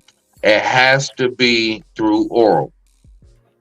Some women say shit like that, or vice versa. You see what I'm saying? Like, it's wild how, like, that's all I'm saying. So all I'm saying is this: it's a lot of dudes that don't realize possibly how long you've been with your lady and you never made her do the damn thing. Have we not learned from DJ Envy? Hello. Well, look, this is the thing. It's elementary to have sex. Fuck DJ It's not like you got to go to a goddamn, it's every human being pretty much can have sex. Now, if you want to do all the extras and all of that shit, the thing is this. A lot of times that you would have women that's complaining about not being able to have orgasm and things like that, it is from the mental state. And we don't know. I'm not a sex therapist. I'm not a motherfucker right. I'm not a psychologist. All I know is that when it comes down to that thing that's natural, and if you take the natural part out of it, it can fuck you up. Too much porn, you using toys, you having sex with too many goddamn partners. I spoke about There's that. a whole The bunch of toys. shit that can happen, but we don't know. That's why when it comes down to it, when you end, I just had a show, Embrace. Did we tear that motherfucker up? We had a show kind of like what we was talking about with this. I don't want to go into detail, but it is a mental thing. You just It is a tearing mental up thing. Huh? I didn't hear you. I said you just tearing up everything, but it really was a joke. It was supposed to like fly by. Oh, you said my bad. my bad. I didn't catch on to it, but I got you. But I mean, is it the couples thing? You know what I'm saying? It's just when you have couples, man, a lot of couples don't even go to sex therapy when they shit is fucked up. A lot of couples don't even talk about it with each other. And it's funny that you can have a whole bunch of people that can get on platforms. I done seen it, just like what you were just saying. You have a whole bunch of women getting on platforms talking about they can't come. You like, well, wouldn't you be talking with your man about this shit? Wouldn't you be sitting on somebody's couch about this shit? It's kind of like that type of thing. So when we had that conversation, I'm telling you, yeah, it's so when we had that conversation, you have people. It's kind of like we overcorrect with this whole thing, this sexual thing. We kind of overcorrect. The society is what I'm talking about. It's not that damn complicated. We make it that damn complicated. First time I ever had sex, I was 12. I didn't know what the fuck I was doing, but I had sex. You got me beat. Was it good? And I had no business doing it, but was it good? I don't fucking know. Now on some real shit at 12, like real, like, cause I've heard that. I don't know. I don't know if it was good or not. I just know. I got this real question. Like, you knew what you was doing? No, that's what I just said. Like, that's just wild. I didn't know what I was doing. I didn't know. Like, wasn't nobody talking about finishing and having and all these different things. That's what I'm saying. It's a natural thing. I still had sex. 14, 16. Now 16 was a little bit different. But you felt a little bit different once you start being in a relationship. Sex is a different type of thing. Most guys, when they have sex, they just out here pumping. Why you think so many dudes is out here having a whole bunch of goddamn babies? Because that way that they first started out having sex, that's how they're going to end up having sex. That's why you will start having women that's having sex with a whole bunch of dudes, having sex with a bunch of women. What ended up happening with them? They can't come. They got all kind of confusions with it. Or they get married. They were over sex before they got married. So now what happened? The marriage is fucked up because the sex ain't really good. It's like that, but they never talk to each other about it. So how do people even know? Inside of them. That's what I Say that again. That point. I said not to be graphic. I would say they had one too many dicks inside of them, and they don't know which one. It's not just women; it's men. This is the thing. Well, it's men not too, just men women; too, it's men men too. too. And I would argue that it's more of a problem with men, but we won't speak on it. Women will speak more about their sexuality than men. The only thing you get out of man is him bragging on how much pussy he done got. That's basically what you'll get. You would never have a man getting up here talking about some, man, I experienced ED. JT, I would say he's doing extra. I would say he's being very extra because listen what I'm saying. You won't have a man talking about. But you know what they did do They it. would We talk can't about say another. nothing. They'll talk about a woman, but they won't talk about men having ED. 55, 60 years old, having ED. A lot of it comes from, because if they start having a conversation, you have a whole bunch of dudes, right? Not doing a lot of bullshit to women. One of the things that I do know is that when a guy smokes cigarettes, when a guy takes drugs, if he drinks too much and he's having unprotected sex with a woman, that can affect her. It can affect her. This is the thing. So, and them damn children, them slow ass kids too, JT. Don't forget about all that. of it, all of it. So you have less men actually talking about the issues that they have when it comes down to sex. The problem is with men is when we get older, this is when you start having the issues. They would never. JT? Did he freeze? Is it just me? JT, I think you froze. If you can hear us, you froze. I'm gonna drop him down. Come back up, Brody. I'm gonna drop him back. Yeah, I'm gonna drop him down. Yeah, put him back on up. 'Cause I actually want to finish Yeah. this point because I gotta say something. Yeah, well, I like how we jumped from like 3-4 different subjects in the freaking in 5 minutes. Well, I'm screwed at 7 minutes. Shit. We went from you being graphic to Gracie. No, we went from Gracie to say you can't let me into a Super Bowl party and nonsense, and then we went from this motherfucker being graphic, and then we went to this cat trying to explain stuff, and then Trey Ferg saying yo, you being graphic, bro. Seriously, it's crazy. We did all that in 7-minute period. Yep. I gotta give y'all credit. I gotta give y'all credit. Yeah, y'all good at changing the subject every 5 seconds. So I just want to say this. I just want to say, put me in a fucking coma, all right? Because I ain't going to no Super Bowl party. I'm not going to no Super Bowl party. I don't like sports. I've never been, There you go. never seen. There you go. Listen, I ain't seen a Super Bowl party / game a day in my life. There you go. Yeah. I never put on My a wife. jersey, a flag, nothing. All right, I don't like sports. Video games, shit, all day. I like me a video I'm game. not gonna lie. It That's an like interesting one. hypothetically speaking, if you was my lady, you gonna go with me. Just because you said that. You gonna go. You gonna put your shit on, you going. I don't wanna hear nothing. But you know what? JT was right because I'm You don't starting have to to date. watch. You don't have to look at the screen, but you will go with me. Just because you said that. I digress. My mic is muted. Rock out, Gracie. JT is right because I have learned this in the past 2 years. I'm getting older. I can't date the younger guys anymore. So now I'm starting to date the older guys, and they move different. Testosterone levels are low. They go to the restroom more. They can go, but they can't go 2, 3, 4 rounds anymore. They need more time to recover. They may need 2 sandwiches instead of 1. So the things that JT was talking about is absolutely 100% true because I'm discovering new things.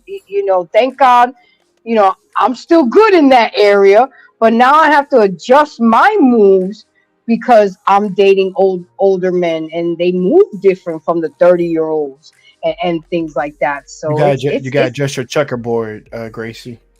Grace is right. She's right. I gotta say. I mean, JT was on the money with that. We got to stop it and go use the restroom every 30, 40 minutes. I'm like, God damn. You gotta check the prostate. But this is some serious thing. Men got to check their prostate. Their testosterone levels go down. You got to address these issues because then you don't want your woman to feeling some type of way. And it's nothing wrong with that. That's the human body. It gets old and you have to do different things to satisfy each other. What if it doesn't work anymore? You're going to walk away from your husband? Didn't you say for better or for worse? You got to figure things out. Then you better be a master at other things if it don't work no more. You know what I'm saying? Didn't y'all listen to Bernie Mac? What that mouth do? But I will say this, Gracie. I will say Shut this. up, Smitty. I'm just saying. Look right. Well, Know they what making that a good point. Okay, with that mouth. I'm just saying. So, fellas, there is some good news. All right. When we turn 50, from what I hear, word around town is it's no longer It's no longer a blue glove and 2 fingers up your ass, right? All It's a right, they blood got test little now. tube. Yeah, stuff like that. I got you, big dog. I got you. I see But you. y'all, will we say that this is the male version of hitting the wall? Shit, hold on. I Would you think we say that, pressed it Grace? at the same time. Yeah, yeah, you can say that. Will we not say that this is the male version of hitting the wall? That's Because hitting the for some wall. reason, we're under the impression that men don't hit the wall, but we running into that shit all crazy. Like, Yes, is because this they not just it? don't talk about it. Just like DT said, they don't talk about it and they suffer in silence. Fuck that. I'm taking my man to the doctor. Let's check your prostate. Let's check your Facts, Grace. testosterone level. Let's keep, you know, and another thing is that women don't realize, and I have talked about this on other shows, sex to man is a physical need. They need to ejaculate. If you don't use it, you lose it. So you cannot hold out on your man and then expect him to perform well, especially Tracy, if I they're love you. older. Especially if they're older. And this is why we have a lot of sexless marriages, and then we wonder why our men cheat on us, because we're not giving up the box. I'm taking my man once a year to get his health check his penis to the urologist. What do we need, babe? We need testosterone levels. We need to drink some sea moss. We got to make it happen, because if you good, I'm good, we good. You see, but women are so selfish and so into themselves that they don't look at their partner. They rather go cheat. Ain't trying to like figure all the- that shit out.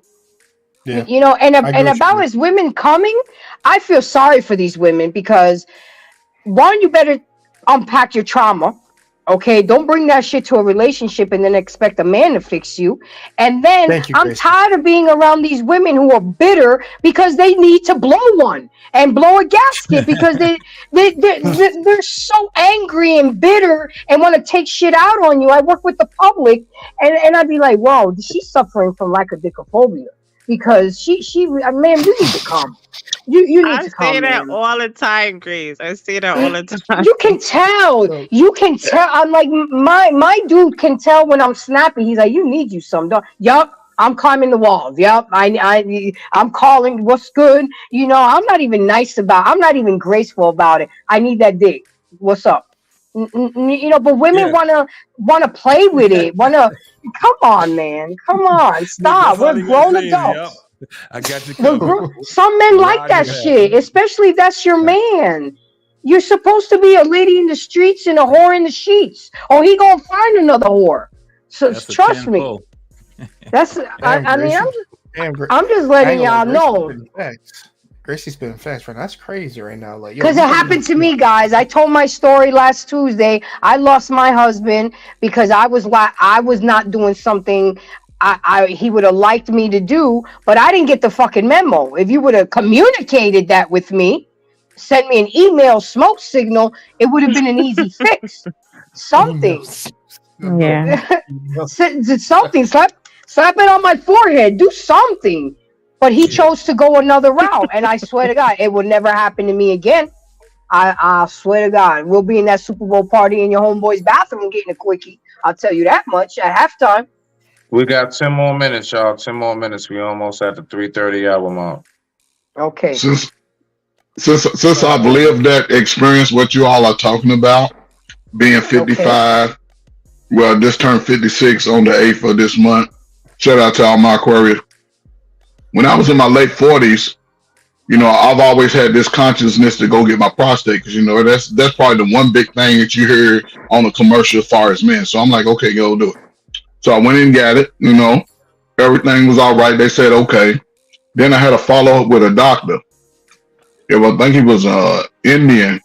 One of the first things he said, look, now that you're up in age, you got to make sure your wife is giving it to you good. That helps you. That helps you. That keeps your strength. I'm like, oh, okay.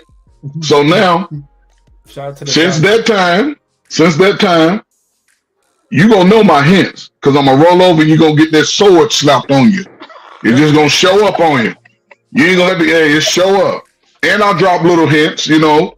And I learned this, and I don't think a lot of guys understand this as far as the women is concerned. If you can have a gentle touch to a woman, just learn how to touch her on her body. Don't, you know, she may have her favorite spots, but that's what your hands are for. to find where them motherfuckers are. Then if you have a nice voice, you can get up behind the ear and just hum behind the damn ear, send some vibrations through her body. Man, she gonna come before you even enter the thing. Then only thing you gotta do is fucking. Only thing you gotta do is crowbar that motherfucker all the way to the end. You ain't even gotta pump it. See, a lot of dudes just go in pump. No, hit that mother. If you ever work the crowbar, and JT, I know you was in the military. If you ever work the crowbar, if you rock that motherfucker like you trying to get the door open with the crowbar, that's gonna bust it wide open. So you just gotta learn little nuances. You done got Uncle Trey off now. But unfortunately, about a lot of us being young, we go into having sex, and that's the problem. And you hearing these women speak about they in their early 20s and they got 15, 16 bodies already. Even some dudes, because we gonna take it whenever we can get it. And that's the unfortunate thing, because a lot of these people don't learn their body, and the body changes. And when you start sleeping with a nigga, you done smoke 2 blunts and drink a fifth of Henny, all this going into your system. Uncle Ferg. I'm sorry. That's it. No. I just want to say briefly. I just want to try to cut in because we're gonna end out soon. I just want to say. I hate you. I remember looking at a video where it was this one chick. She was kind of younger. She was pretty, and she was a corn star. And this corn star, all right, this popcorn star, she was getting on this guy because he only had like 20 bodies, and she was like in high school. I had like 100 before I got out of high school. Like, she was bragging about having over 100 bodies before she got out of high school, and she was getting on this guy because he only had, I think then I was like 20, 25 or something like that. But yeah, rock out. But that's what I'm saying. Even in our culture, even if you were still in high school and you had 10 bodies, 5 bodies, that's too goddamn much. Your grandmama had your granddaddy. That's the dude who turned her out. That's why she had 12 kids. Until I was 20. I lost mine like my second year at college. Well, Smitty, you rode the short bus with the yellow helmet, so yeah, it took you a while to get there. No, I'm just messing with you. No. I'm just messing with you, man. Myself, Brody. I'm a late bloomer. That's why I was saying, Brother JT was saying, I got a whole bunch of I got friends that like I remember had to drop out because they're pregnant now and all of that type of shit. Like, I remember not many, but I remember a story or two. So I mean, these things aren't foreign to me. I have dealt with some chicks definitely who have told me, yeah, they lost their virginity around 13. And I've always asked, like, me just thinking back to myself as like still thinking I'm Donatello as Ninja Turtles and shit. I'm like, you knew what to do? That's all.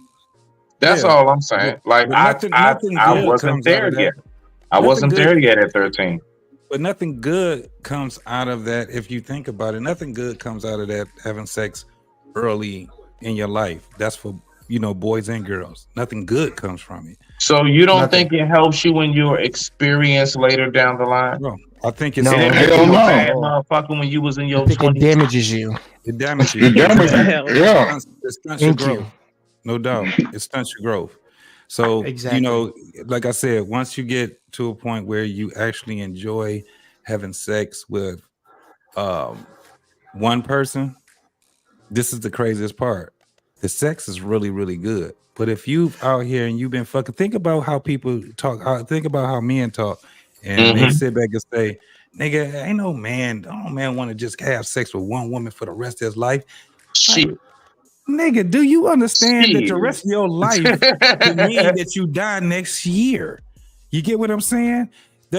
Think about what lifetime warranty is, right? People think lifetime warranty is this long ass warranty that you have. No, it's the life of the product. It's shit that got lifetime warranty from that you bought from Montgomery Wards, right? I'm talking about the store. They got people that own shit that has lifetime warranty. Guess why it doesn't work anymore? Because there's no Montgomery that you can walk up to, Montgomery Wards that you can walk up to, trade it in and get another goddamn product, right? that product may not even be in there. So when we talk about this thing called lifetime, that can mean that's indefinite, right? Until your ass die. That's basically what it is. It's a lifetime. So when you're talking about having sex with one woman, I've never seen anything bad come from that. I've always seen the shit come bad from when you having sex with multiple women. Child support, double child support, quadruple child support. We don't even have to go that far, brother JT. I mean, just the dating aspect in itself, you know. Yeah, you just it's, right. So it doesn't even show you how to bond with the person. Yeah, real quick. I've just spoken to my lady about that before, as far as like the cheating aspect. I'm like, yo, that's just too expensive. It's too much work trying to like not fuck up your name when you go. Oh, this LaShonda. My bad. No, I mean, girl, listen. That was just my way of making sure you knew who you were, girl. Stop playing. You know I'm always making sure you on point. Like, I don't have time for that shit. You tearing shit up. I don't have time for keeping up with tabs and bills. I don't have time for the random knock on your door talking about some we having a baby. None of that shit. I don't have no time for none of that. So the best way that I can exactly. So to land it, and I'm gonna give you the floor back. So the best way to counter that, because I believe prevention is much better than the cure. Fuck trying to figure out how to get the best lawyer to get out of this situation. Forget trying to do overtime so you can make sure that you keep up with your tab for the government. No, prevention is better than the cure. Don't be in the situation in the first place. It's just like the person who says, don't be with a punch of the thrown and you won't get hit. Yeah. So, I mean, really, like, I'm just more so on that type of headspace. But go ahead, rock out, JT. You got it, bro. Yeah. No, it's just at a point. Got about 7 more minutes. We have to do what actually work, even if we don't. This is why you need the elders. This is why you need the older folks to be able to tell you.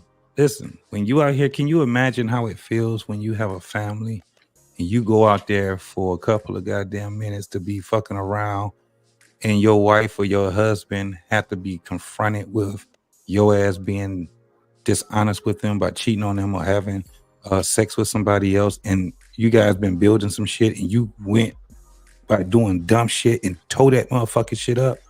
People don't understand how tragedy starts. That's how it starts. Somebody is building with you. Somebody has trusted you enough to build with you. And now because you did something that was deceitful, they're confronted. Do I stay or do I leave? Right? If I stay, and if it gets out, like what that video was, now I look like a dummy.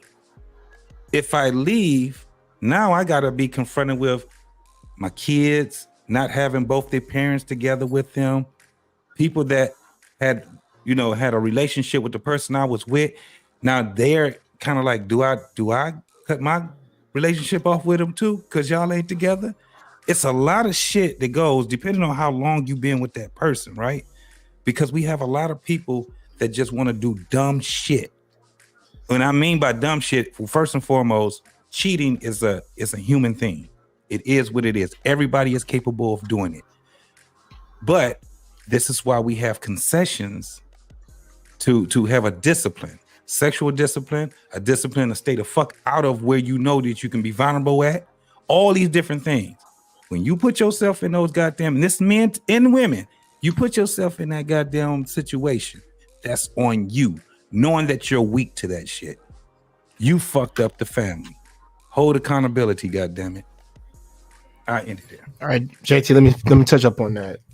Respect. Yeah, go ahead, everybody. Get your last pieces in real quick. Everybody, get your last pieces in and take your time. Don't feel rushed. And then we're gonna do our final thoughts, and then we'll get up out of here. So go ahead, rock out. Love you, Smitty, but I hate your ass sometimes, bro. Damn, you giving me long says. Hey, dog, I ain't even gonna lie. Sometimes I be like, I don't like your ass either, nigga. As far as like myself, you know what I'm saying? I say that sometimes, like, I don't like you, nigga. But then I be like, you know what? It's because I can't help but to love you. Because you so lovable. God damn, nigga, you handsome. You know what I'm saying? Like, I mean, 7 minutes, Pause. Smitty. I'm just Pause. saying. I'm just saying. Pause. I'm just saying. Pause. I'm so lovable. I'm so lovable. Pause. Thank you, Trey. Rock out. Y'all crazy, boy. Yeah, he crazy. He funny though. He funny. No, but but the thing is for me is like, even when in high school years, and I tell people like, they be hella pregnant chicks and shit like that, and even then, that cautioned me to like be very careful. That's what I say. Had a father enough to tell me like, yo, just be careful, son.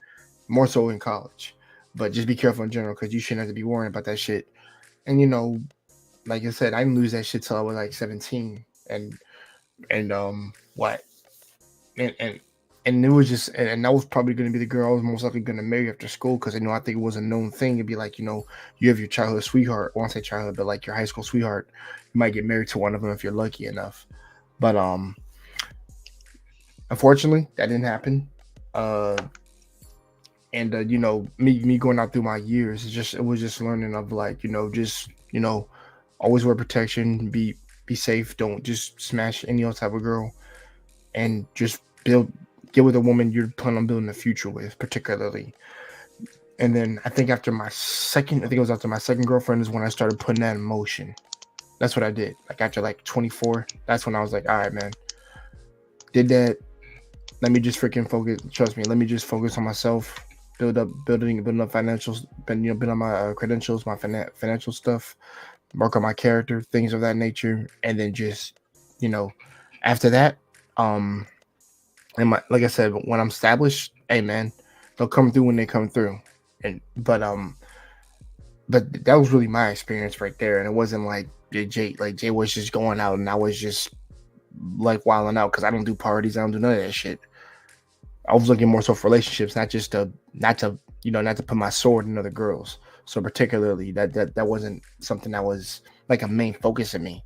Main focus was just to like, bro, get a decent job, build your money up, and get to a point in life where you can take care of your family. That was the main thing that was driving me. Be responsible, be mature, don't be a fucking piece of shit, which wasn't hard for me not to do. Chasing your purpose. Chasing your purpose. All of that you named is chasing your purpose. Go ahead. Mm-hmm. And I'm doing that now. The thing is, like I said, I'll be in Japan in about 5 years. So I'm not even, I say 5 for exaggeration. Wait a minute, for what reason? Why are you going to Japan? Why am I going to Japan? Tournament, right? No, I'm not a gaming. Yo, where y'all niggas get this from? I'm not going. I'm just saying, like, why? We'll see. And 84 would tell you if he was here, but like he knows Japan has been a long life dream of mine to actually live over there because I love that culture and I love those people. And they practice what they preach over there, and they're more peaceful and there's no bullshit like there is over here in America. Which is and funny, you know that you can be accepted over there with your black ass. Honestly, yes. Okay, no. I mean, you may know something I don't know because you know something. Actually, I do. My baby sister Shelly, she speaks fluent Japanese. Honestly, from what I know, real talk. She from me and anime being a big brother, like she came up under me, so she remembers me watching Naruto, Dragon Ball Z. She got into it, and no, she's been over there a couple of summers, like throughout her life. One of her best friends lives over there. And long story short, she's definitely into that culture. Only reason why I'm asking that is because she is maybe a shade lighter than you, right? Mm-hmm. Like right in between you and Gracie. And real talk, I'm dead ass. Yeah, seriously. Like she's like a light peanut butter complexion. And long story short, she was talking about how she thought when she went over there, like it was going to be so welcoming. And she was talking about how like the hairdresser ladies didn't want to do her hair until she paid them up front, and everybody knows, like, you don't go to places like that. Like she was just talking about a lot of things that was taking place. Is everybody up here? Okay, back. Yeah, so she was just talking about that. So that's all I'm saying as far as I just personally know from when my sister's gone there, she was talking about that and how it wasn't the most pleasant experience. It wasn't what she thought it would be cracked up to be. Is all I'm gonna say. And there's Not certain saying it rules, was the and I'm gonna worst say thing this. in the world, Right. but they And the did thing is, there's not want certain to rules you gotta associate follow. with her black ass. They really didn't. Now, I can understand that was China for me but I will say this, but certain places have certain rules, so you have to move a certain way. You can't be loud. Like I said, you can't bring America bullshit over there. They will get rid of your ass. And I'm glad that they do because they're trying to have peace over there. Now you fucking that up. Now, granted, there are certain rules, and like I said, there are certain places. Like I think there's one particular place that's not for foreigners, particularly. And as long as you stay from there, you'll be fine. But you're not gonna get shot or whatever. It's just that that's specifically for them. Now for me, I have 3 military brothers that are married over there to those ladies. They've been there for a long time. And one of them was about to have a kid, and I told him, "Well, congratulations, bro." And and I went to high school with those cats, and they're waiting for me to come over there. Like, Jay, bro, we can't wait for you to come over here because you know how much you was talking that shit. Now I can see what you was talking about, brother. Like, it's nice, it's peaceful over here. The culture is amazing. Just the festivals, the events, they're amazing here. But also, what's really good here, he said, is the woman that I found here, because she's nice, she's sweet, she's peaceful. She's the exact opposite of me. Like I said, not another not masculine, but just so nice. But the difference for him is he had to now back to what Grace was saying about courting and shit. He had to do all that shit, the old school ways of doing shit, which I love because that's how I got up brought. How to court a woman and how to get the blessing through the father, all that shit. And hey, her family liked it. Her family liked him. Like, seriously. And it's just like because of him being able to speak the language, him actually respecting the culture, and him actually just being a person that the father can talk to. And also also the father was a military man too. That actually probably helped him too, because they can relate being in the military. Okay. But also look at it's just you just need that one key thing to connect with one another, particularly. Like I said, you just can't speak English and think they're gonna like you. No, you gotta be able to. You gotta do certain things. And also, it is. I'm gonna say this. It is somewhat like a test over there. They're gonna, like I said, they're gonna be friendly at first, but once you get accustomed, all right, you rolling in with the society. You one of us now, so just travel throughout the streets. But all seriousness, there, I'm going there to work. I'm going there to, like I said, I'm going there to actually live there, to actually even just immerse myself in it, because trust me, there are rules that I gotta follow, but also I know there's gonna be a lot of fun for me over there too. But I'm gonna be focusing on the work first before I get to the fun part, because I think if I focus on that first, then I can get to lower my guard a little bit and then just start having some fun over there. But that's mainly what I plan on doing. Okay, salute to that. So we're gonna go ahead and get to our final thoughts on this, and whatever it is you want to say as far as the show, whatever your last, whatever you want to get out real quick, get that shit out.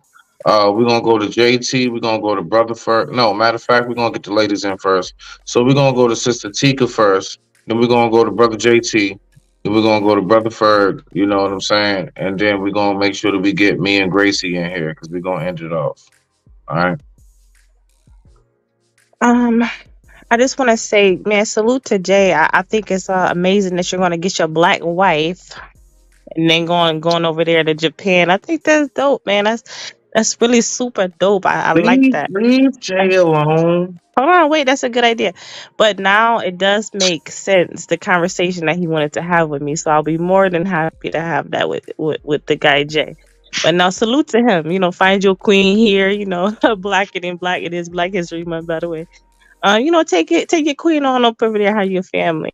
Salute. I'm always down for our people having peace and prosperity and solitude and all that good stuff. Same with sisters. Same with sisters. That's what I say. Mm-hmm. You say, what did you say? My bad. I said the same with sisters. I hope y'all get your peace too. But also I'll say this: it doesn't matter for color for me. It just matters your personality. That's all I care about. Yeah, the piece together. The piece together be like amazing for us. Look at his face. But listen, I also want to say, amazing show tonight. Definitely dope topics. Definitely dope conversation. Always down to have it. would definitely love to have more conversations in the future. And man, listen, I'm feeling great tonight. So thank you. I appreciate that. And I stayed up. I'm a whole G&a-half of that 7th letter. All right, that's it. Sister, are you married, sister? I am not married. I am dating. Okay. Oh, okay. Okay. That's all I'm gonna say on that right now. Yo, that's crazy. No, I'm not married, but I am in a pretty good relationship. But I'm not married now. Shit, Jay ready to take you to Japan. I see you was trying to get your passport in on him, so it's all. Nah. I'm pretty sure he's looking for something beyond me. That's why I made it clear that he probably should be looking within us, not beyond us. But nah. I'm gonna say salute to that guy. That's what's up.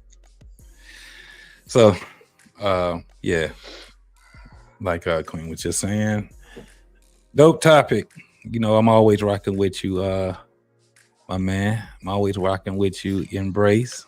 You know, so I'm over here in these YouTube streets. Do not forget to follow me on What We Know Podcast.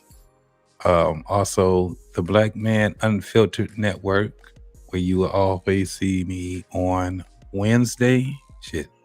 Normally, what is it? Tuesday, Wednesday, and Friday. You will see all different sides of JT. You will see the serious side. You'll see the side that talk a lot of shit. You will see a side that, sometimes you probably can catch me even when I'm getting greasy with somebody sometimes. Very seldom you'll see that part of me, but I'm always over here willing to have a conversation on this network here. Shout out to my boy JBJ. It's a couple other people. Oh, my man Trey Ferg. Jay Takashi. We've been rocking right now, Jay. How many years now? It's been almost 2 years. Yeah. Yeah, we've been rocking for a minute. So love your content, brother, man. Like I said, love the work you put in, man. And also love your hustle, and also love what you stand for too. That's what I really appreciate the most. What you stand appreciate for. It. Yeah, so relationships is probably one of the number one things that I do talk about. Even when it's with your children, even when it's with siblings, friends, it don't have to just be an intimate relationship. It's all the way around. And as far as the topics that we had today, man, look, all that cheating and shit, that shit does nothing but tear up families. It keeps the community at destitute, and we don't grow mentally. But none of this, it actually hurts us. So one of the things that I'm definitely on is having discipline when it comes down to the way that we think, to challenge ourselves to what we think we know about each and every subject that we talk about. Sometimes we can just be fucking wrong. That's just what it is. And you still win when you argue with somebody and you concede to their point, because you just learned something new. That's all. I'm going to end it right there, man. I appreciate you guys for having me on the channel. And don't forget Wednesday. Shit, I'll probably do a pop-up tomorrow. If you guys follow me already, if you can hit that bell, then you would know once I'm popping on What We Know Podcast. So I might do a pop-up because I'm off Monday. So probably tomorrow and Monday, I'll probably do a show. And it's going to be some wild. It's probably be like I'll be doing them on Wednesday. And if you ain't seen that show yet, it should get wild. Yeah. They're going to be like Wednesday. It's out slow. But I guarantee you, by the time we get the half mark, baby, it's on and popping. So thank you guys for having me on there, man. I end it. Okay, where's Smitty? Gracie, get in there. Uncle Ferg, you got your piece in, right? Because me and Gracie about to end this. I was just going to say, you know what I'm saying, based on the videos and people that's watching, start investing more in yourself right now. We're at the most pivotal time in probably world history than any other time, where things are going to be shifting and changing. over the next 4 to 5 years as far as being black in America. So now's one of the greatest times for men to start establishing themselves, solidifying their foundation. If you can, get you a house. I don't care if it's a 1-bedroom, 2-bedroom, whatever you can get, because things are going to be changing. Women, start making your deals now. Start making your deals now and commit to those deals, because immigrants are coming and they come into your high-class apartment because you can't pay the rent because y'all not going to work. So they're not going to get y'all. You're going to lose a lot of these jobs.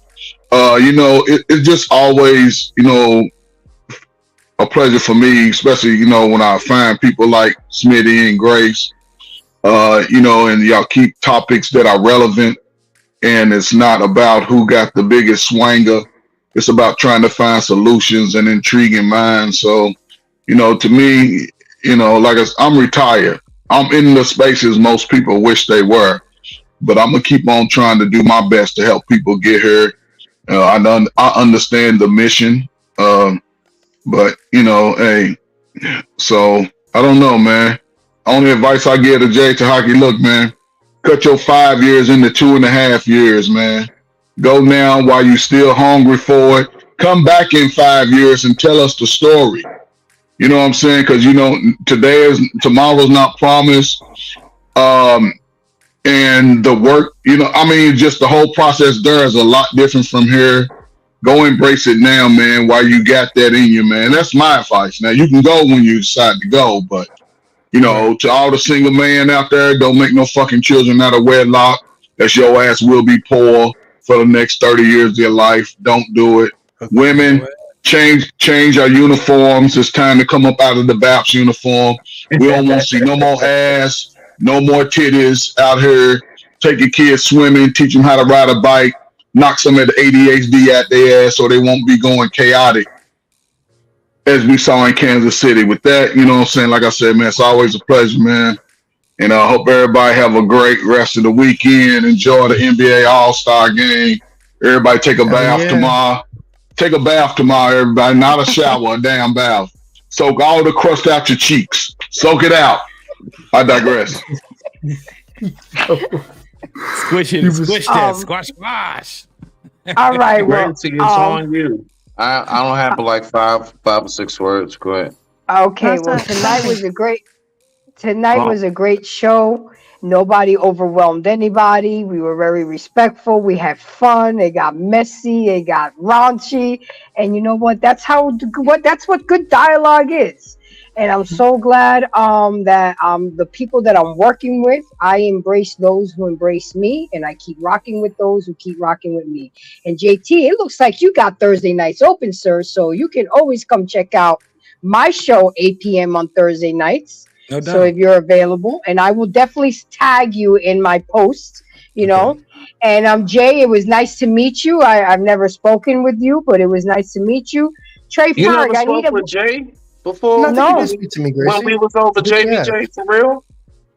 You sure? JBJ, no. Yeah. Because remember, I took a hiatus. I was kind of like okay, put on time out for a minute. You're right. Go ahead. I didn't even know JT was on the JVJ Nova, but I put it together with Rob. You know, Trey, I need a way to get a hold of you because there's a couple ideas that I have to bounce off of you to do some shows. Tika, Top Flight, #1 moderator. You need to come over on my show on Thursday nights, young lady. I would appreciate that. You know, we always need women's. Even though I advocate for the men on my channel, I still want to bring the women's perspective. But again, great show, guys. You guys can find me on YouTube, TikTok, Instagram, Facebook, WhatsApp, and Snapchat. Thank you guys for having me. Smitty, I digress. My mic is yours. Grace, real quick, I'll put my email in the back chat. Okay. All right. And with that being said, I digress. My mic is muted. Read,